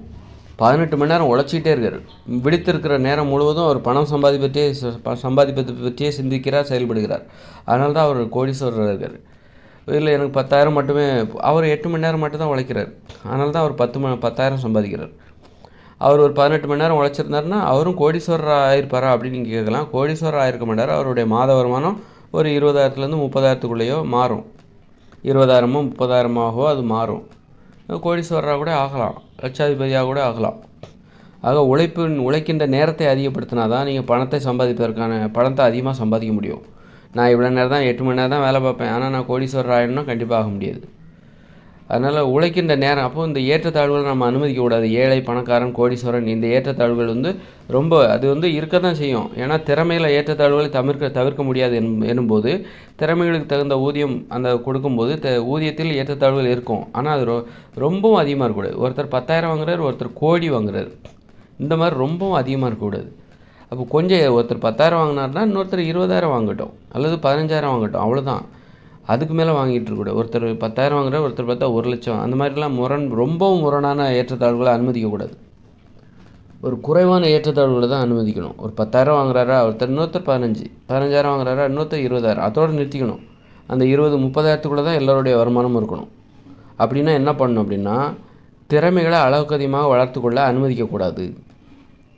எல்லோரும் ஒரு 6 மணி நேரம் தான் உழைக்கணும். நீ டாக்டராக இருந்தாலும் 6 மணி நேரம் தான், செவிலியராக இருந்தாலும் 6 மணி நேரம் தான், துப்புரவு பணியாளராக இருந்தாலும் நீ 6 மணி நேரம் தான் உழைக்கணும். இந்த மாதிரி அப்போ இதன் மூலம் என்னன்னா, டாக்டருக்கு அதிக சம்பளம் கிடைக்கும், ஆனால் ரொம்ப அதிகமாக கிடைக்காது. செவிலியரை விட ஒரு டாக்டர் அதிகமாக சம்பளம் வாங்குவார், ஆனால் ரொம்ப அதிகமாக வாங்க முடியாது. ஒரு 5,000 அதிகமாக வாங்குவார், அவ்வளோதான். அப்படி தான் இருக்கணும். ஒரு செவிலியருங்கிற ஒரு மருத்துவரை விட ஒரு 5,000 கம்மியாக வாங்குவார். ஒரு துப்புரவு பணியாளர் என்பவர் செவிலியரை விட இன்னும் ஒரு 5,000 கம்மியாக வாங்குவாங்க, அவ்வளோதான். இப்படி தான் சின்ன சின்ன ஏற்றத்தாழ்வுகள் தான் இருக்கணும். பெரிய ஏற்றத்தாழ்வுகளை நம்ம அனுமதிக்கக்கூடாது. அப்படி ஒரு வாழ்க்கை வாழ்வதற்கு எது காரணமாக இருக்கிறதா, அளவுக்கு அதிகமான நேரம் உழைப்பது தான் காரணமாக இருக்கிறது. அதனால் 6 மணி நேரம் தவிர வேறு யாரும் எங்கேயுமே பணத்தை சம்பாதிப்பதற்காக உழைக்கக்கூடாது. 6 மணி நேரம் தான் உழைக்கணும். ஸ்கூலில் படிக்கிறியா, ஸ்கூல் நேரம் தவிர வீட்டுக்கு வரும்போது நீ வெறுங்கையோடு வா. ஸ்கூலுக்கு போகும்போது வெறுங்கையோடு போ. ஸ்கூல் வேலையை ஸ்கூல்லேயே முடிச்சிரு. அது மாதிரி ஆஃபீஸ் வேலை, நீ ஒரு தொழில் செய்கிறீங்களா, அதை ஆஃபீஸ்லேயே முடிச்சிருங்க. வீட்டுக்கு வரும்போது வெறுங்கையோடு வாங்க. வீட்டில் ஒரு வேலை இருக்குது, அதை செய்யுங்க. வீட்டுக்கு வரும்போது வெறுங்கையோடு வாங்க. வீட்டில் உள்ள வேலைகளை நீங்கள் செய்யுங்க. வீட்லேயும் ஒரு வேலை இருக்குது, அது என்னன்னு தெரிஞ்சுக்கோங்க. வீட்டில் இருக்கிற வேலை மென்மையானது, எளிமையானது. வீட்டில் மகிழ்ச்சியாக இருக்கணும், ஆடல் பாடல். அப்புறம் வீட்டுக்கு வந்த பிறகு விளையாடணும், பொழுதுபோக்கணும், உடற்பயிற்சி செய்யணும், நீச்சல் குளத்தில் குளிக்கணும், 1 மணி நேரம் விளையாடணும், அப்புறம் வேட்டையாட போகணும், அப்புறம் கலைகளை கற்றுக்கொள்ள வேண்டும், ஆடல் பாடல் கலைகளை கற்றுக்கொள்ள வேண்டும், காதலிக்க வேண்டும். இப்படி வீட்டுக்கு வந்தால் செய்ய வேண்டிய வேலை நிறைய இருக்குது. அதனால் இந்த ஏற்றத்தாழ்வுகளை பாருங்கள், நம்ம அதிகமாக பணம் சம்பாதிக்கக்கூடாது, அதிக நேரம் பணம் சம்பாதிக்கக்கூடாது, எல்லோரும் 6 மணி நேரம் தான் சம்பாதிக்கணும் அப்படிங்கிற ஒரு விதிமுறையை போட்ட உடனே இங்கே மீதி உள்ள நேரம் ஒரு மகிழ்ச்சியான வாழ்வதற்கான ஒரு வாய்ப்பு வந்துடுது. ஆடல் பாடல் விளையாட்டு நீச்சல் குளம், மீதி உள்ள நேரத்தை நான் என்ன தான் பண்ணுறது, எல்லா மக்களையும் கண்ட்ரோல் பண்ணணும். என்னென்னா, நீ 6 மணி நேரம் தான் வேலை பார்க்கணும். காலையில் 7 மணிலேருந்து மதியம் 1 மணி நேரம் தான் வேலை பார்க்கணும். அதுக்கு பிறகு யாரும் எந்த தொழிற்சாலையிலும் இருக்கக்கூடாது, எந்த அலுவலகத்திலையும் வேலை செய்யக்கூடாது. வீட்டுக்கு போய்டு. அப்போ வீட்டுக்கு போய் நாங்கள் என்ன தாங்க பண்ணுறது, வீட்டுக்கு போய் நீ இந்த தொழில் வேலையை, பணத்தை சம்பாதிக்கிற வேலையை வீட்டுக்கு போய் பார்க்கக்கூடாது. பணத்தை சம்பாதிக்கிற வேலைக்கு உனக்கு அனுமதிக்கப்பட்ட நேரம் தினமும் 6 மணி நேரம் தான். அதுக்கு மேலே நீ எந்த வேலையும் பணத்தை சம்பாதிக்கிறதுக்காக செய்யக்கூடாது அப்படின்னு மக்களை அப்படி செஞ்சால், நீ வீட்டுக்கு போய் நீ பணத்தை சம்பாதிக்கிற வேலை செஞ்சால் அது குற்றம் அப்படின்னு சொல்லிட்டு மக்களை கட்டாயப்படுத்தும் போது, அப்போ மக்கள் கேள்வி, அப்போ நாங்கள் என்ன தான் பண்ணுறது, காலைல 7 மணிக்கு வேலைக்கு போனோம், மத்தியானம் 1 மணிக்கு வந்தோம், இந்த 1 மணிக்கு அப்புறம் மீதி உள்ள நேரத்தை ஒரு 2 மணி நேரம் தூங்குகிறோம், சரி ஓகே, அதுக்கப்புறம் நாங்கள் என்ன தான் பண்ணுறது அப்படின்னு கேள்வி வைப்பாங்க. சும்மாவே வீட்டில் உட்கார முடியுமா, ஏங்க இப்படி அநியாயம் பண்ணுறது அப்படி மக்கள் கேட்பாங்க. உடனே நீங்கள் என்ன பண்ணணும், அரசாங்கம் என்ன பண்ணணும், விளையாட்டு மைதானங்களை உருவாக்கி நீங்கள் விளையாடுங்க. ஆண்கள் தனியாக பெண்கள் தனியாக போய் விளையாடுங்க. அது மாதிரி நீச்சல் குளங்களை உருவாக்கி 50 ஆண்களுக்கு ஒரு நீச்சல் குளம், 50 பெண்களுக்கு ஒரு நீச்சல் குளம், 50 ஆண்களுக்கு ஒரு விளையாட்டு மைதானம், 50 பெண்களுக்கு ஒரு விளையாட்டு மைதானம், இப்படி தனித்தனியாக நீச்சல் குளம், உடற்பயிற்சி நிலையம், இப்படி தனித்தனியாக உருவாக்கி போய் உங்கள் பொழுதுபோக்குங்க. வீட்டுக்கு வந்த பிறகு நீங்கள் செய்ய வேண்டிய வேலை இதுதான். உங்கள் வீட்டில் உங்கள் உணவை நீங்கள் சமைங்க, உங்கள் ஆடைகளை நீங்கள் துவைச்சி போடுங்க அப்படின்னு சொல்லிட்டு வீட்டுக்கு வந்த பிறகு செய்ய வேண்டிய ஒரு உலகம் உங்களுக்கு விரியும், உங்கள் கண்முன் விரியும். உங்கள் வீட்டை நீங்கள் தூய்மை செய்யுங்க, உங்கள் கழிப்பறையை நீங்கள் தூய்மை செய்யுங்க. மற்றவங்க கழிப்பறையை நீங்கள் தூய்மை செய்யாதீங்க, மற்றவங்க உணவை நீங்கள் தயார் பண்ணாதீங்க. அப்புறம் ஆடல் பாடல் விளையாட்டு, உடற்பயிற்சி நிலையம், வேட்டையாடுதல், இப்படி காதலிப்பது, குடும்பத்தோடு குழந்தைகளோடு நேரம் செலவழிப்பது, இப்படி இன்னொரு வாழ்க்கை உங்களுக்கு வந்துடுது. அப்போ 6 மணி நேரம் வேலை பார்த்தா மட்டும்தான் மீதி நேரம் நீங்கள் வேலையே பார்க்கக்கூடாது, பணத்தை சம்பாதிப்பதற்காக எந்த வேலையும் செய்யக்கூடாது அப்படின்னு மக்களை வந்து கண்காணித்து கண்டித்து கட்டுப்படுத்தினால் மட்டும்தான் அவர்கள் மகிழ்ச்சியாக வாழ்வார்கள் அப்படின்னு நம்ம சொல்கிறோம். நான் இந்த டாப்பிக்கை எதுக்கு எடுத்துக்கிட்டேன்னா, ஆரம்பத்தில் என்ன சொன்னேன், குடும்பம் என்பது வன்முறை களமாக ஏன் மாறுகிறது என்றால் பெண்களை அடிமைப்படுத்தினால தான். அடிமைப்படுத்தி அவர்களை கட்டாயப்படுத்தி கடினமான வேலைகளை அவர்கள் தலை மீது சுமத்துறது, முழு நேரமும் கஷ்டப்படுறது, குடும்பத்துக்காக சமைக்கிறது, துணி துவைக்கிறது, இடத்தை தூய்மையாக வச்சுக்கிற, பாத்திரம் கழுவுறது, எல்லாருடைய உணவையும் சமைக்கணும், எல்லாருடைய துணியும் எப்படி கஷ்டப்படுத்துகிறாங்க பார்த்தீங்கன்னா. மற்றவங்கள சொகுசாக வாழ்ந்தாங்க, இப்படி ஒருத்தரை கஷ்டப்படுத்திட்டு நீங்கள் சொகுசாக வாழும்போது நீங்கள் மகிழ்ச்சியாக வாழ முடியாது. எல்லோரும் ஒரே மாதிரியான கஷ்டத்தை அனுபவிக்கணும். கஷ்டம்னா அது எல்லாத்துக்கும் பொதுவாக இருக்கணும். சும்மா இருக்கீங்களா, எல்லோரும் சும்மா இருக்காது. அது மாதிரி ஒரு விஷயத்தை கொடுக்குறீங்களா, அது எல்லாத்துக்கும் கொடுங்க. ஒரு சாரார் கஷ்டப்படுறது, ஒரு சாரார் வந்து சும்மா சொகுசாக இருக்கிறது, இந்த மாதிரி பாரபட்சம் இருக்கக்கூடாது. இதுதான் அநீதி. பொதுவான நியாயம் இருக்கணும். நீதி என்பது அனைவருக்கும் பொதுவாக இருக்க வேண்டும். உரிமை என்பது அனைவருக்கும் பொதுவாக இருக்க வேண்டும். மகிழ்ச்சி என்பது அனைவருக்கும் பொதுவாக இருக்க வேண்டும். இங்கே என்னன்னாக்கா, ஒருத்தர் ரொம்ப கஷ்டப்படுறாரு, இன்னொருத்தர் ரொம்ப சொகுசாக இருக்கார் வீட்டில். இதுதான் வந்து குடும்பம் என்பது வன்முறை களமாக மாறியதற்கு காரணம். பெண்களை ஏமாற்றி அவர்களை அடிமையாக வைத்துக்கொண்டு ஆண்கள் மகிழ்ச்சியாக வாழ்ந்து விடலாம், சொகுசாகவும் சோம்பேறியாகவும் சும்மாவும் இருந்து வாழ்ந்து விட்டு போய்விடலாம் அப்படின்னு சொல்லிட்டு வீட்டில் வந்து சும்மாவும் சோம்பேறியாகவும் சொகுசாகவும் வாழ்ந்து விட்டு போய்விடலாம். அதற்காக பெண்களை அடிமைப்படுத்தி அவர்களுக்கு ஒரு சலுகை, நீங்கள் வெளியே வேலைக்கு போகல, தேவையில்லை, வீட்டில் இருங்க அப்படின்னு சொல்லி கொடுத்து அது மாதிரி பண்ணனால்தான், பெண்களை அடிமைப்படுத்தி வீட்டில் வந்து அவங்கள கஷ்டப்படுத்தி மற்றவங்க சந்தோஷமாக இருக்க முயற்சி பண்ணனால்தான் இந்த மாதிரி இப்போ குடும்பம் என்பது வன்முறை களமாகவும் மகிழ்ச்சியாக வாழ்வதற்கு ஒரு தகுதியற்ற இடமாகவும் அது மாறிப்போனது. அதனால் ஒரு குடும்பத்தில் மகிழ்ச்சின்னா அது எல்லாத்துக்கும் கிடைக்கணும். சும்மா இருக்கீங்களா, அது எல்லாராலையும் சும்மா இருக்கணும், அதுக்கு வாய்ப்பு இருக்கணும், எல்லாருக்குமே அந்த வாய்ப்பு இருக்கணும். சும்மா இருக்கீங்களா, சொகுசாக இருக்கீங்களா, எல்லாருமே சொகுசாக இருங்க. சும்மா இருக்கீங்களா, எல்லாருமே அங்கே கஷ்டமோ நஷ்டமோ இன்பமோ துன்பமோ அது எல்லோருக்கும் பொதுவாக இருக்க வேண்டும். அதுதான் பொதுவான நீதி. பொது உடைமைன்னு சொல்கிறோம்ல, பொது உடைமை என்கிற வார்த்தை தப்பு. சமத்துவம் என்பது தான் சரி. சமத்துவம் என்றால் என்னவென்றால் இன்பமோ துன்பமோ அது அனைவருக்கும் பொதுவாக இருக்க வேண்டும். கஷ்டமோ நஷ்டமோ இன்பமோ துன்பமோ அது அனைவருக்கும் பொதுவாக இருக்க வேண்டும். துன்பம்னா கூட அது அனைவருக்கும் இருக்கணும்.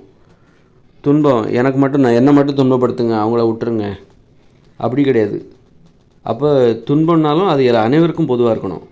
இன்பம் என்றால் அது அனைவருக்கும் பொதுவாக இருக்க வேண்டும். வாய்ப்புன்னா அது அனைவருக்கும் பொதுவாக இருக்க வேண்டும். உரிமை என்றால் அது அனைவருக்கும் பொதுவாக இருக்க வேண்டும். அதிகாரம் என்றால் அது அனைவருக்கும் பொதுவாக இருக்க வேண்டும். சாப்பாடா, அதோட அளவா, அது அனைவருக்கும் பொதுவாக இருக்க வேண்டும். நீ என்ன சாப்பிட்றியோ அதான் எல்லோரும் சாப்பிட்ணும். அதாவது என்ன மாதிரியான தரம், ரொம்ப உயர்தரமான உணவை வந்து கோடீஸ்வரன் சாப்பிடுவார், ரொம்ப இருக்கிற பழைய கஞ்சி இதெல்லாம் சாப்பிட்டு ஏழைகள் இருப்பாங்க. அப்படி இருக்கக்கூடாது. அது வந்து ரொம்ப மோசமான. அதனால் நீங்கள் டாக்டராக இருக்கலாம், இன்ஜினியராக இருக்கலாம், ஆனால் உணவில் வந்து ஏற்றத்தாழ்வே இருக்கக்கூடாது. டாக்டராக இருக்கலாம், இன்ஜினியராக இருக்கலாம், வாட்ச்மேனாக இருக்கலாம். வாட்ச்மேன் என்ன சாப்பிட்றாரோ தான் இன்ஜினியர் சாப்பிட்ணும். அந்த மாதிரி அப்போது ஒரு அடிப்படையான ஒரு பொருளாதாரத்தை ஒரு தேவையை தரமாக பூர்த்தி செய்வதற்கு சம்பளத்தை கொடுக்கணும். சம்பளத்தை எங்கேருந்து ஆரம்பிக்கணும் அப்படின்னா, அவருடைய அடிப்படை தேவைகளை தரமாக பூர்த்தி செய்து கொள்வதற்கு அவருக்கு கொடுக்கப்படுகிற ஊதியம். அவர் வாட்ச்மேனாக இருக்கலாம், ஆனால் அவர் வந்து தரமான உணவுகளை சாப்பிட்டே ஆகணும். அவர் வந்து துப்புரவு பணியாளராக இருக்கலாம், அவர் வந்து தரமான உணவுகளை சாப்பிட்டாகணும். அதுக்கு நீங்கள் கொடுக்குற சம்பளம் போதுமானதா? பணக்காரன் அவன் நிறைய பெரிய இன்ஜினியர் இருக்கலாம், டாக்டராக இருக்கலாம், அவனுக்கு நிறைய சம்பளம் கொடுக்குறீங்க, அவன் மட்டும் தரமான உணவுகளை சாப்பிட்றான். ஏன் அவன் மட்டும் தான் தரமான உணவுகளை சாப்பிடணுமா என்ன? இன்ஜினியர் மட்டும் தான் தரமான உணவை சாப்பிடணும், இல்லை மருத்துவர் மட்டும் தான் தரமான உணவை சாப்பிடணும், ஒரு பணக்காரன் மட்டும் தான் தரமான உணவை சாப்பிடணுமா என்ன? ஏன் ஒரு ஏழை வந்து ஒரு தரமான உணவுகளை சாப்பிடக்கூடாதா? ஒரு ஏழை வந்து அவன் வந்து பழைய கஞ்சி தான் சாப்பிடணுமா, அல்லது வந்து உடம்புக்கு நோயை தருகிற உணவுகளை தான், மலிவான உணவுகளை தான் சாப்பிடணுமா? அப்போது நீங்கள் கொடுக்குற சம்பளமே எங்கேருந்து ஆரம்பிக்கணும்னா, இந்த சம்பளம் தரமான உணவுகளை பூர்த்தி செய்வதற்கு இவருக்கு இது தேவைப்படுகிறது. இவருடைய வருமானம் குறைவாக இருப்பதால் இவர் வந்து மலிவான உணவுகளை சாப்பிட வேண்டிய நிலைமை வரும். அப்படிங்கிற மாதிரி நிலைமை இல்லாமல் ஒருத்தர் கொடுக்குற ஊதியம் எப்படி இருக்கணும் அப்படின்னா, அவரது அடிப்படை தேவைகளை அவர் தரமாக பூர்த்தி செய்து கொள்ள வேண்டும். உறைவிடம், இருப்பிடம், அப்புறம் உணவு, இதெல்லாத்தையும் தரமாக பூர்த்தி செஞ்சுக்கணும். எனக்கு இருக்கிற வருமானத்துக்கு நான் வாடகை வீட்டில் தான்ப்பா இருக்க முடியும். உனக்கு இருக்கிற வருமானத்துக்கு நீ சொந்த வீடே கட்டலாம், இன்னும் 2-3 வீடு கட்டலாம். 2-3 வீடு கட்டி வாடகைக்கு விட்டுரு. எங்களை மாதிரி இருப்பாங்க ஆட்கள், வீடு கட்ட வக்கு இல்லாதவங்க, அவங்க வந்து வாடகைக்கு வந்துப்பாங்க. அப்படி இருக்கக்கூடாது. உனக்கு கொடுக்கப்படுகிற ஊதியம் வந்து உனக்கு தேவையான ஒரு வீட்டை கட்டுவதற்கு தேவையானதாக இருக்க வேண்டும். உனக்கு தேவையான உணவை தரமாக சாப்பிட்றதுக்கு அது உதவி செய்ய வேண்டும். நீ உடுத்துக்கிற ஆடை அது தரமாக இருப்பதற்கு, அதுக்காக பட்டுச்சேலை உடுத்தணும், 10,000 20,000 மதிப்புள்ள பட்டுச்சேலை உடுத்துறதுக்கு எனக்கு தேவையான வருமானம் இருக்கணும் அப்படிங்கிற அவசியம் இல்லை. அது வந்து ஆடம்பரம். அந்த மாதிரி இல்லாமல் ஒரு 500 1000த்தில் ஒரு ட்ரெஸ்ஸு அதை வாங்குறதுக்கு என்னுடைய வருமானம் உதவி செய்ய வேண்டும். ஒரு தரமான வீடு, இன்றைக்கி ஒரு காங்கிரீட் வீடு தான் தரமான வீடு. அந்த தரமான ஒரு காங்கிரீட் வீடு கட்டி அதில் நான் வசிப்பதற்கு என்னுடைய வருமானம் எனக்கு உதவி செய்ய வேண்டும். அது மாதிரி நான் சாப்பிடுகிற உணவு, காய்கறிகள், பழங்கள் இதெல்லாம் சாப்பிட்றதுக்கு இதுதான் தரமான உணவு. இதைத்தான் நான் தரமான உணவுன்னு நான் நினைக்கிறேன். அது எனக்கு ஹார்லிக்ஸு, பூஸ்ட்டு இந்த மாதிரி உணவுகள்லாம் தேவையில்லை. காய்கறிகள், பழங்கள், கடலைகள், பருப்பு வகைகள், பயறு வகைகள், கீரைகள், கிழங்குகள், தேன், பால், மோர், தயிர், இதுதான் முட்டை, இதுதான் எனது தரமான உணவுகள். இந்த உணவுகளை நான் பூர்த்தி செய்து கொள்வதற்கு எனது வருமானம் தடையாக இருக்கக்கூடாது. எனது வருமானம் எனக்கு உதவி செய்யாமல் போய்விடக்கூடாது. இந்த தேவைகளை இந்த தேவைகள் தான். ஒரு வீடு, எனது வீடு என்பது என்னது, பெரிய மாளிகைலாம் எனக்கு தேவையில்லை. 10 அடி அகலம், 10 அடி நீட்டம், இதுதான் ஒரு அறை. அப்புறம் ஒரு சமையலறை, ஒரு கழிவறை, ஒரு குளியலறை, இதுதான் எனது தேவை. இந்த தேவை இதுதான் அடிப்படை ஒரு தரமான ஒரு தேவை. ஒரு தரமான இருப்பிடம் வந்து இதுதான். இந்த தேவையை பூர்த்தி செய்து கொள்வதற்கு எனது வருமானம் உதவியாக இருக்க வேண்டும். இதுதான் நம்ம வந்து வருமானத்தை வந்து ஒருத்தர் கொடுக்கப்படுகிற வருமானம் எதிலிருந்து ஆரம்பிக்கப்பட வேண்டும் என்றால் அவரது அனைத்து அடிப்படை தேவைகளையும் தரமாக பூர்த்தி செய்வதற்கு உதவி செய்வதாக இருக்க வேண்டும். இன்றைக்கி 3000 4000லாம் சம்பளம் கொடுக்குறாங்க. அதை வச்சுட்டு அவங்க என்ன பண்ண முடியும், என்ன சாப்பிட முடியும், எந்த மாதிரி வீட்டில் வாழ முடியும்? 3000 4000லாம் சம்பளம், 4000 சம்பளத்தில் அரசு பணியில் கூட 4000 சம்பளம் பெறுகிறார்கள். இந்த சத்துணவு பணியாளர்கள், அங்கன்வாடி ஊழியர்கள், இவங்கெல்லாம் 4000 5000 இந்த மாதிரி சம்பளம்லாம் வாங்குகிறாங்க. அதை வச்சுட்டு அவங்க என்ன அவங்களுடைய தேவைகளை எப்படி தரமாக பூர்த்தி செய்து கொள்ள முடியும்? அதனால் அதெல்லாம் யோசித்து ஒரு சம்பளத்தோட ஆரம்பம் எப்படி இருக்கணும். அப்புறம் பார்த்தா என்ன பண்ணுறாங்க, ஒரு சிலருக்கு லட்சக்கணக்கில் சம்பளம் கொடுக்குறாங்க. அதில் அவங்க வந்து நிறைய பணத்தை சேர்த்து வைக்கிறாங்க. அவங்களுக்கு தேவை ஒரு 20,000 30,000 தான். அதுதான் அவங்களுக்கு செலவாகுது. மீதி இருக்கிற 70,000 80,000 வந்து சேர்த்து வைக்கிறாங்க. சேர்த்து வச்சு நிலத்தை வாங்க வேண்டியது, அதில் வாங்க வேண்டியது, இதில் முதலீடு பண்ண வேண்டியது. அப்புறம் நிலத்தின் விலை அதிகமாகுது. இப்போ வீடு கட்ட முடியாதவன் வீடே வாங்க முடியாது, வீடே கட்ட முடியாது. வாடகை வீட்டில் தான் இன்றைக்கி இருக்கணும். ஏன்னா இந்த மாதிரி நிறைய சம்பளம் கொடுக்குறது. ஒருத்தருக்கு பார்த்தா 5000 6000 7000 8000 10,000 கொடுக்க வேண்டியது. 8000 7000 கொடுக்க வேண்டியது. இன்னொருத்தருக்கு பார்த்தா 1,50,000 2 லட்சம் இந்த மாதிரி கொடுக்க வேண்டியது. என்ன தேவையோ அதைத்தான் நீங்கள் கொடுக்கணும். தேவைக்கு அதிகமாகவும் கொடுக்காதீங்க. ஒரு திறமையை மதிக்கிற அளவுக்கு, அவங்களுடைய திறமையை மதிக்கிற அளவுக்கு அவங்களுக்கு ஒரு ஊதியத்தில் ஒரு அதிகப்படியான ஊதியம் கொடுக்க தான் வேணும். ஆனால் வந்து அளவுக்கு அதிகமாக கொடுக்காதீங்க. அவங்களுக்கு என்ன தேவை, அவங்களுக்கு கொடுக்குற 2 லட்ச ரூபா சம்பளம் கொடுக்குறீங்க அப்படின்னா அந்த 2 லட்ச ரூபாயில் வந்து ஒருத்தர் வேலை செய்கிற, ஒரு அரசு பணியில் வேலை பார்க்குற, அவருக்கு 2 லட்ச ரூபா சம்பளம் கொடுக்குறீங்கன்னா அந்த 2 லட்ச ரூபாய்க்கு அவருக்கு செலவு இருக்குதா? ஒவ்வொரு மாதமும் அவர் 2 லட்சமாக செலவு பண்ணிகிட்ருக்காரு. அவர் என்ன பண்ணுறாரு, நமக்கு 2 லட்சம் கொடுக்குறாங்க, அதனால் அதை எப்படி செலவழிக்கிறேன்னு சொல்லிட்டு புதிய தேவைகளை உருவாக்கிட்டு போகிறாரு. இல்லையா, சேர்த்து வைக்கிறாரு, அடிக்கடிக்கு வைக்கிறாரு, சேர்த்து வைக்கிறாரு. அப்புறம் நிலத்தில் வாங்கி முதலீடு பண்ணுறாரு, நிலத்தை வாங்குறாரு, நிலத்தின் விலை அதிகமாகி போகுது. அதனால் நிலத்தின் விலை விலைவாசி குறையணும் அப்படின்னா மக்களுடைய வருமானத்தின் உச்சகட்ட வருமானத்தை வந்து அளவுக்குள்ளே வைக்கணும். அது மாதிரி ஒரு தரமாக அவருடைய அடிப்படை தேவையை பூர்த்தி செய்வதற்கு ஏற்றார் கொண்டு அவருடைய வருமானத்தை வந்து ஆரம்பிக்கணும். ஆரம்ப வருமானம் என்பது அவருடைய தேவைகளை அவர் தரமாக பூர்த்தி செய்து கொள்ள வேண்டும். அதற்கு அந்த வருமானம் உதவி செய்ய வேண்டும். அதே நேரத்தில் அளவுக்கு அதிகமான சொகுசான வாழ்க்கைக்கு உதவி செய்கிற மாதிரியான ஊதியம் கொடுக்கப்படக்கூடாது. அந்த மாதிரி இருக்கும்போது என்ன ஆகுன்னா, குனிஞ்சு நிமிர்ந்து வேலை பார்க்க மாட்டாங்க. ரொம்ப சம்பளம் கொடுத்துட்டிங்கன்னு வச்சுக்கோங்களேன், குனிஞ்சு நிமிர்ந்து வேலை பார்க்க மாட்டாங்க. அவங்க எல்லா வேலையும் ஆள் வச்சே செஞ்சுப்பாங்க. அப்புறம் என்ன ஆகும் அப்படின்னா, இவங்க செய்கிற வேலையிலையும் சோம்பேறித்தனம் அதே மாதிரியான எதிர்பார்ப்பாங்க. குனிஞ்சு நிமிர்ந்து செய்கிற வேலைகளெல்லாம் செய்ய மாட்டாங்க. குனிஞ்சு நிமிர்ந்து செய்கிற மாதிரி ரொம்ப சம்பளத்தை கொடுத்துட்டிங்கன்னா அவங்களால குனிஞ்சு நிமிர்ந்து வேலை செய்ய மாட்டாங்க. ஒரு உடல் உழைப்பு உடல் வளையாது, குனியாது. ஏன்னா அதுக்கு ஆள் போட்டுருவாங்க. உடல் வளைந்து செய்யக்கூடிய வேலைக்கு தனியாக ஆளை போட்டுருவாங்க. நடக்க மாட்டாங்க. கார் வாங்கிவிடுவாங்க, ஓட மாட்டாங்க, எந்த வேலையும். அப்போ உடல் அளவில் அவர்கள் சோம்பேறி ஆகி விடுவார்கள். நீங்கள் அளவுக்கு அதிகமாக சம்பளம் கொடுக்கும்போது உடல் அளவில் சோம்பேறி ஆகிடுவாங்க. அவங்க உடல் உழைப்பை பயன்படுத்தி செய்கிற வேலைக்கெல்லாம் வேலைக்கு ஆள் வச்சு அந்த ஆட்கள் மூலமாக அவர்கள் வேலை செய்து கொள்வார்கள்.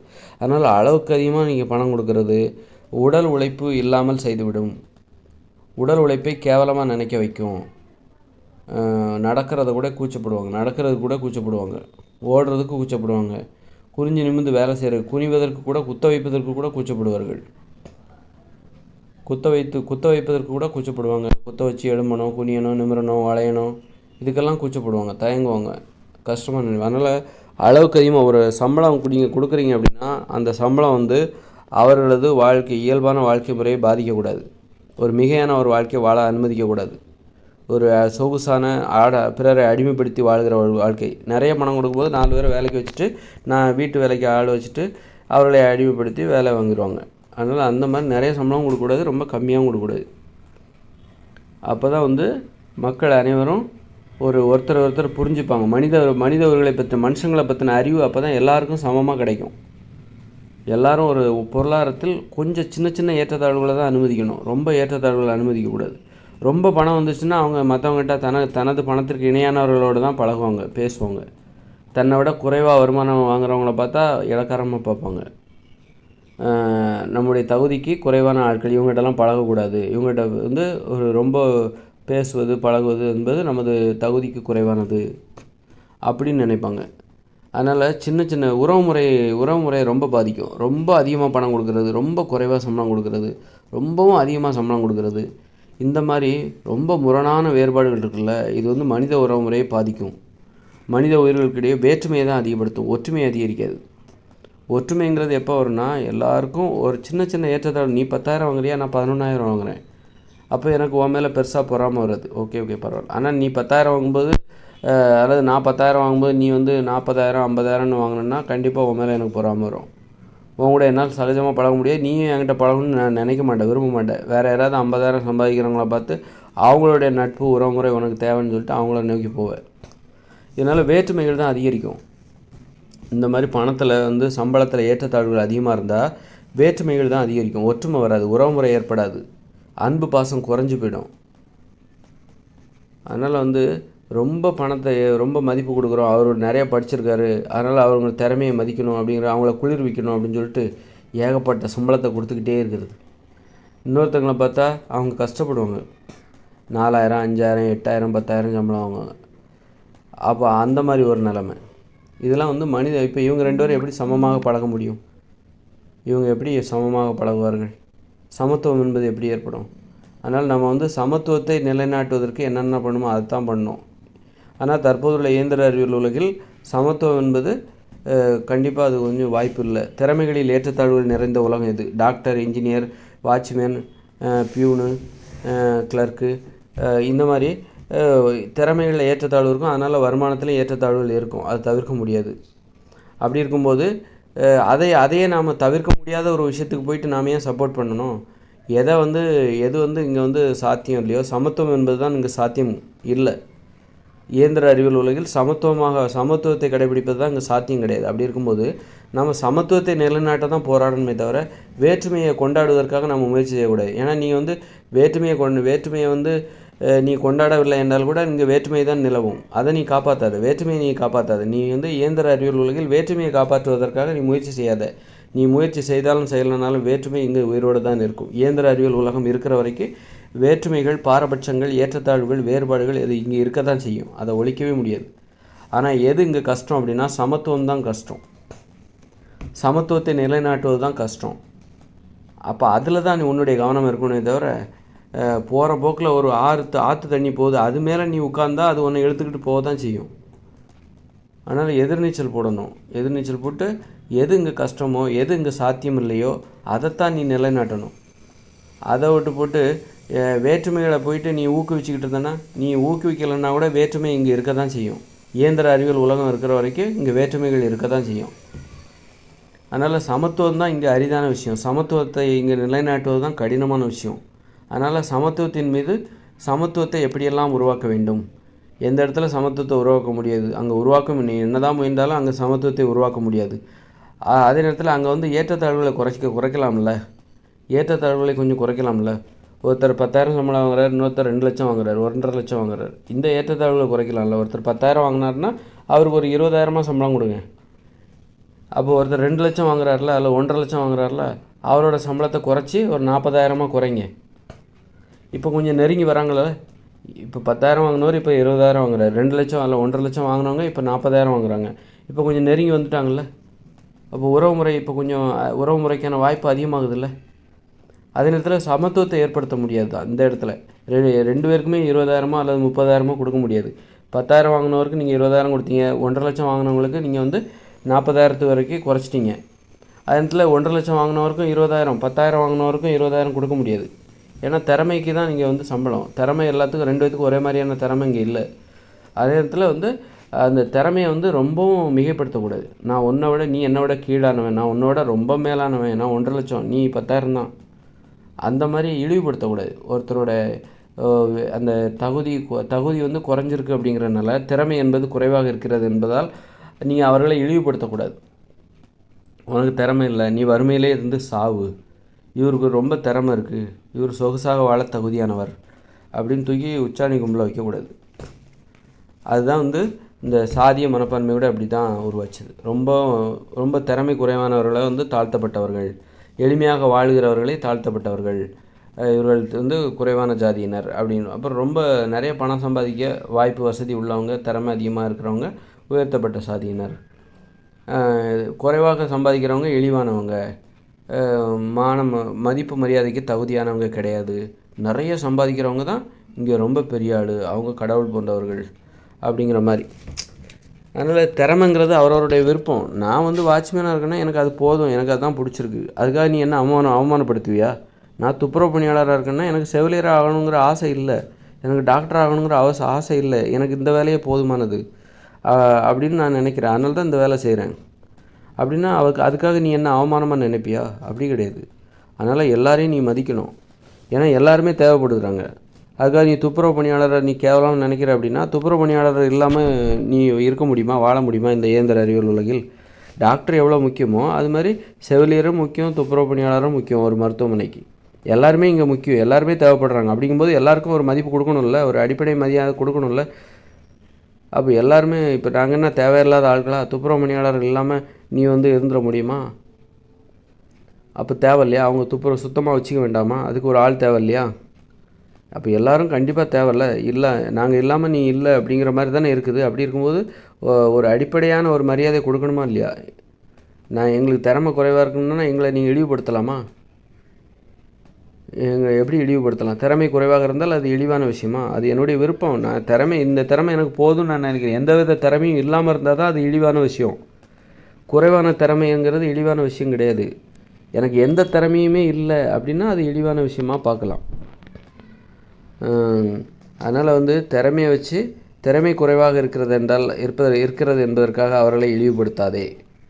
திறமை அதிகமாக இருக்கிறது என்பதற்காக அவர்களை தூக்கி வைத்து கொண்டாடாதே என்பது தான் நம்ம இந்த சமத்துவம் என்பது. அதுதான் சமத்துவத்திற்காக தான் நம்ம முயற்சி பண்ணோம். திறமைகளில் ஏற்றத்தாழ்வு இருக்கும் இயந்திர அறிவியல் உலகில். அப்போ திறமைக்கு தான் சம்பளம் கொடுக்குறாங்க அப்படின்னா சம்பளத்துலையும் ஏற்றத்தாழ்வுகள் இருக்க தான் செய்யும். பொருளாதாரத்தில் ஏற்றத்தாழ்வு இருக்கும். அதுக்காக நிறைய சம்பளம் கொடுக்காத, ரொம்ப கம்மியாகவும் கொடுக்காத. அடிப்படை தேவைகளை தரமாக பூர்த்தி செய்து கொள்வதற்கு இந்த சம்பளம் தேவைப்படுகிறது. அதிலிருந்து சம்பளத்தை ஆரம்பித்து அவர்களது திறமைக்கு தகுந்தாற் போன்று ரொம்பவும் அதிகமாக கொடுக்காம கொஞ்சம் கொடுங்க. திறமைக்கு மதிப்பு கொடுங்க. அதுக்காக ரொம்பவும் திறமையை வச்சு கொண்டாடிக்கிட்டு இருக்காதிங்க. அப்போ திறமை குறைவாக இருந்தால் அவர்களை இழிவுபடுத்துவது, திறமை அதிகமாக இருந்தால் அவர்களை வந்து கொண்டாடுவது, மிகைப்படுத்துவது, இந்த மாதிரி இல்லாமல் சின்ன சின்ன வேறுபாடுகள் தான் இருக்கணும். ஒரு சின்ன சின்ன ஏற்றத்தாழ்வுகள் தான் இருக்கணும். பொருளாதாரத்தில் கொடுக்குற சம்பளத்தில் சிறிய ஏற்றத்தாழ்வுகளை தான் அனுமதிக்கணும். அது மாதிரி ரொம்ப ஏற்றத்தாழ்வுகள் இருக்கக்கூடாது. அப்போ தான் மக்கள் சமத்துவமாக வாழ்வார்கள். மனித உறவுமுறைக்கு அதுதான் வழிவகுக்கும். ஒருத்தர் பேசுவாங்க, அப்போ நெருங்கி வரணும்.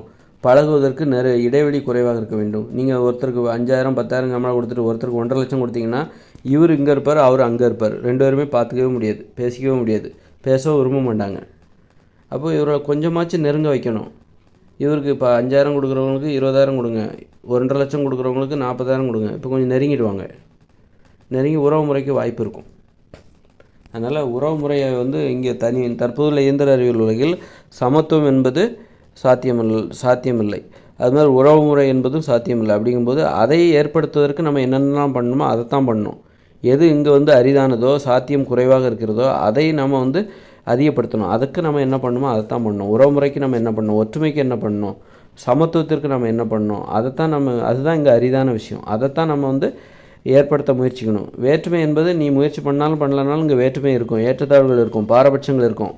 வேறு வழியே இல்லை. தற்போதுள்ள இயந்திர அறிவியல் உலகம் இருக்கிற வரைக்கும் இதெல்லாம் இருந்து தான் தீரும். அதனால் அதை போயிட்டு நீ மேலும் மேலும் ஊக்குவிக்காத. நீ எது இங்கே கஷ்டம் வரவே வாய்ப்பு இல்லை, வருவதற்கு வாய்ப்பு ரொம்ப கம்மியாக இருக்குது. சமத்துவம் வருவதற்கு வாய்ப்பு கம்மியாக இருக்குது, சமத்துவம் ஏற்படுவதற்கு வாய்ப்பு கம்மியாக இருக்குது. அதுமாதிரி உறவு முறை, அன்பு, பாசம், இதெல்லாம் சுதந்திரம், மகிழ்ச்சி, இதெல்லாம் ரொம்ப அரிதாக இருக்கிறது. இது ஏற்படுவதற்கு வாய்ப்பு குறைவாக இருக்கிறது என்றால் அப்போ அதைத்தான் ஏற்படுவதற்கு என்ன பண்ணணும், நீ ஆராய்ச்சி பண்ணணும். சமத்துவம் ஏற்படுவதற்கு என்ன பண்ணணும், அன்பு பாசம் ஏற்படுவதற்கு என்ன பண்ணணும், மனித உறவுமுறை ஏற்படுவதற்கு, ஒற்றுமையாக இருப்பதற்கு நாம் என்ன பண்ணணும், அதில் தான் நீங்கள் கவனம் செலுத்தணும். எது இங்கு வாய்ப்பு கம்மியாக இருக்குது, அரிதான ஒரு விஷயமா இருக்கோ அதில் தான் நீங்கள் கவனம் செலுத்தணும். அப்போ தான் மகிழ்ச்சியாக வாழ்வார்கள் மக்கள்.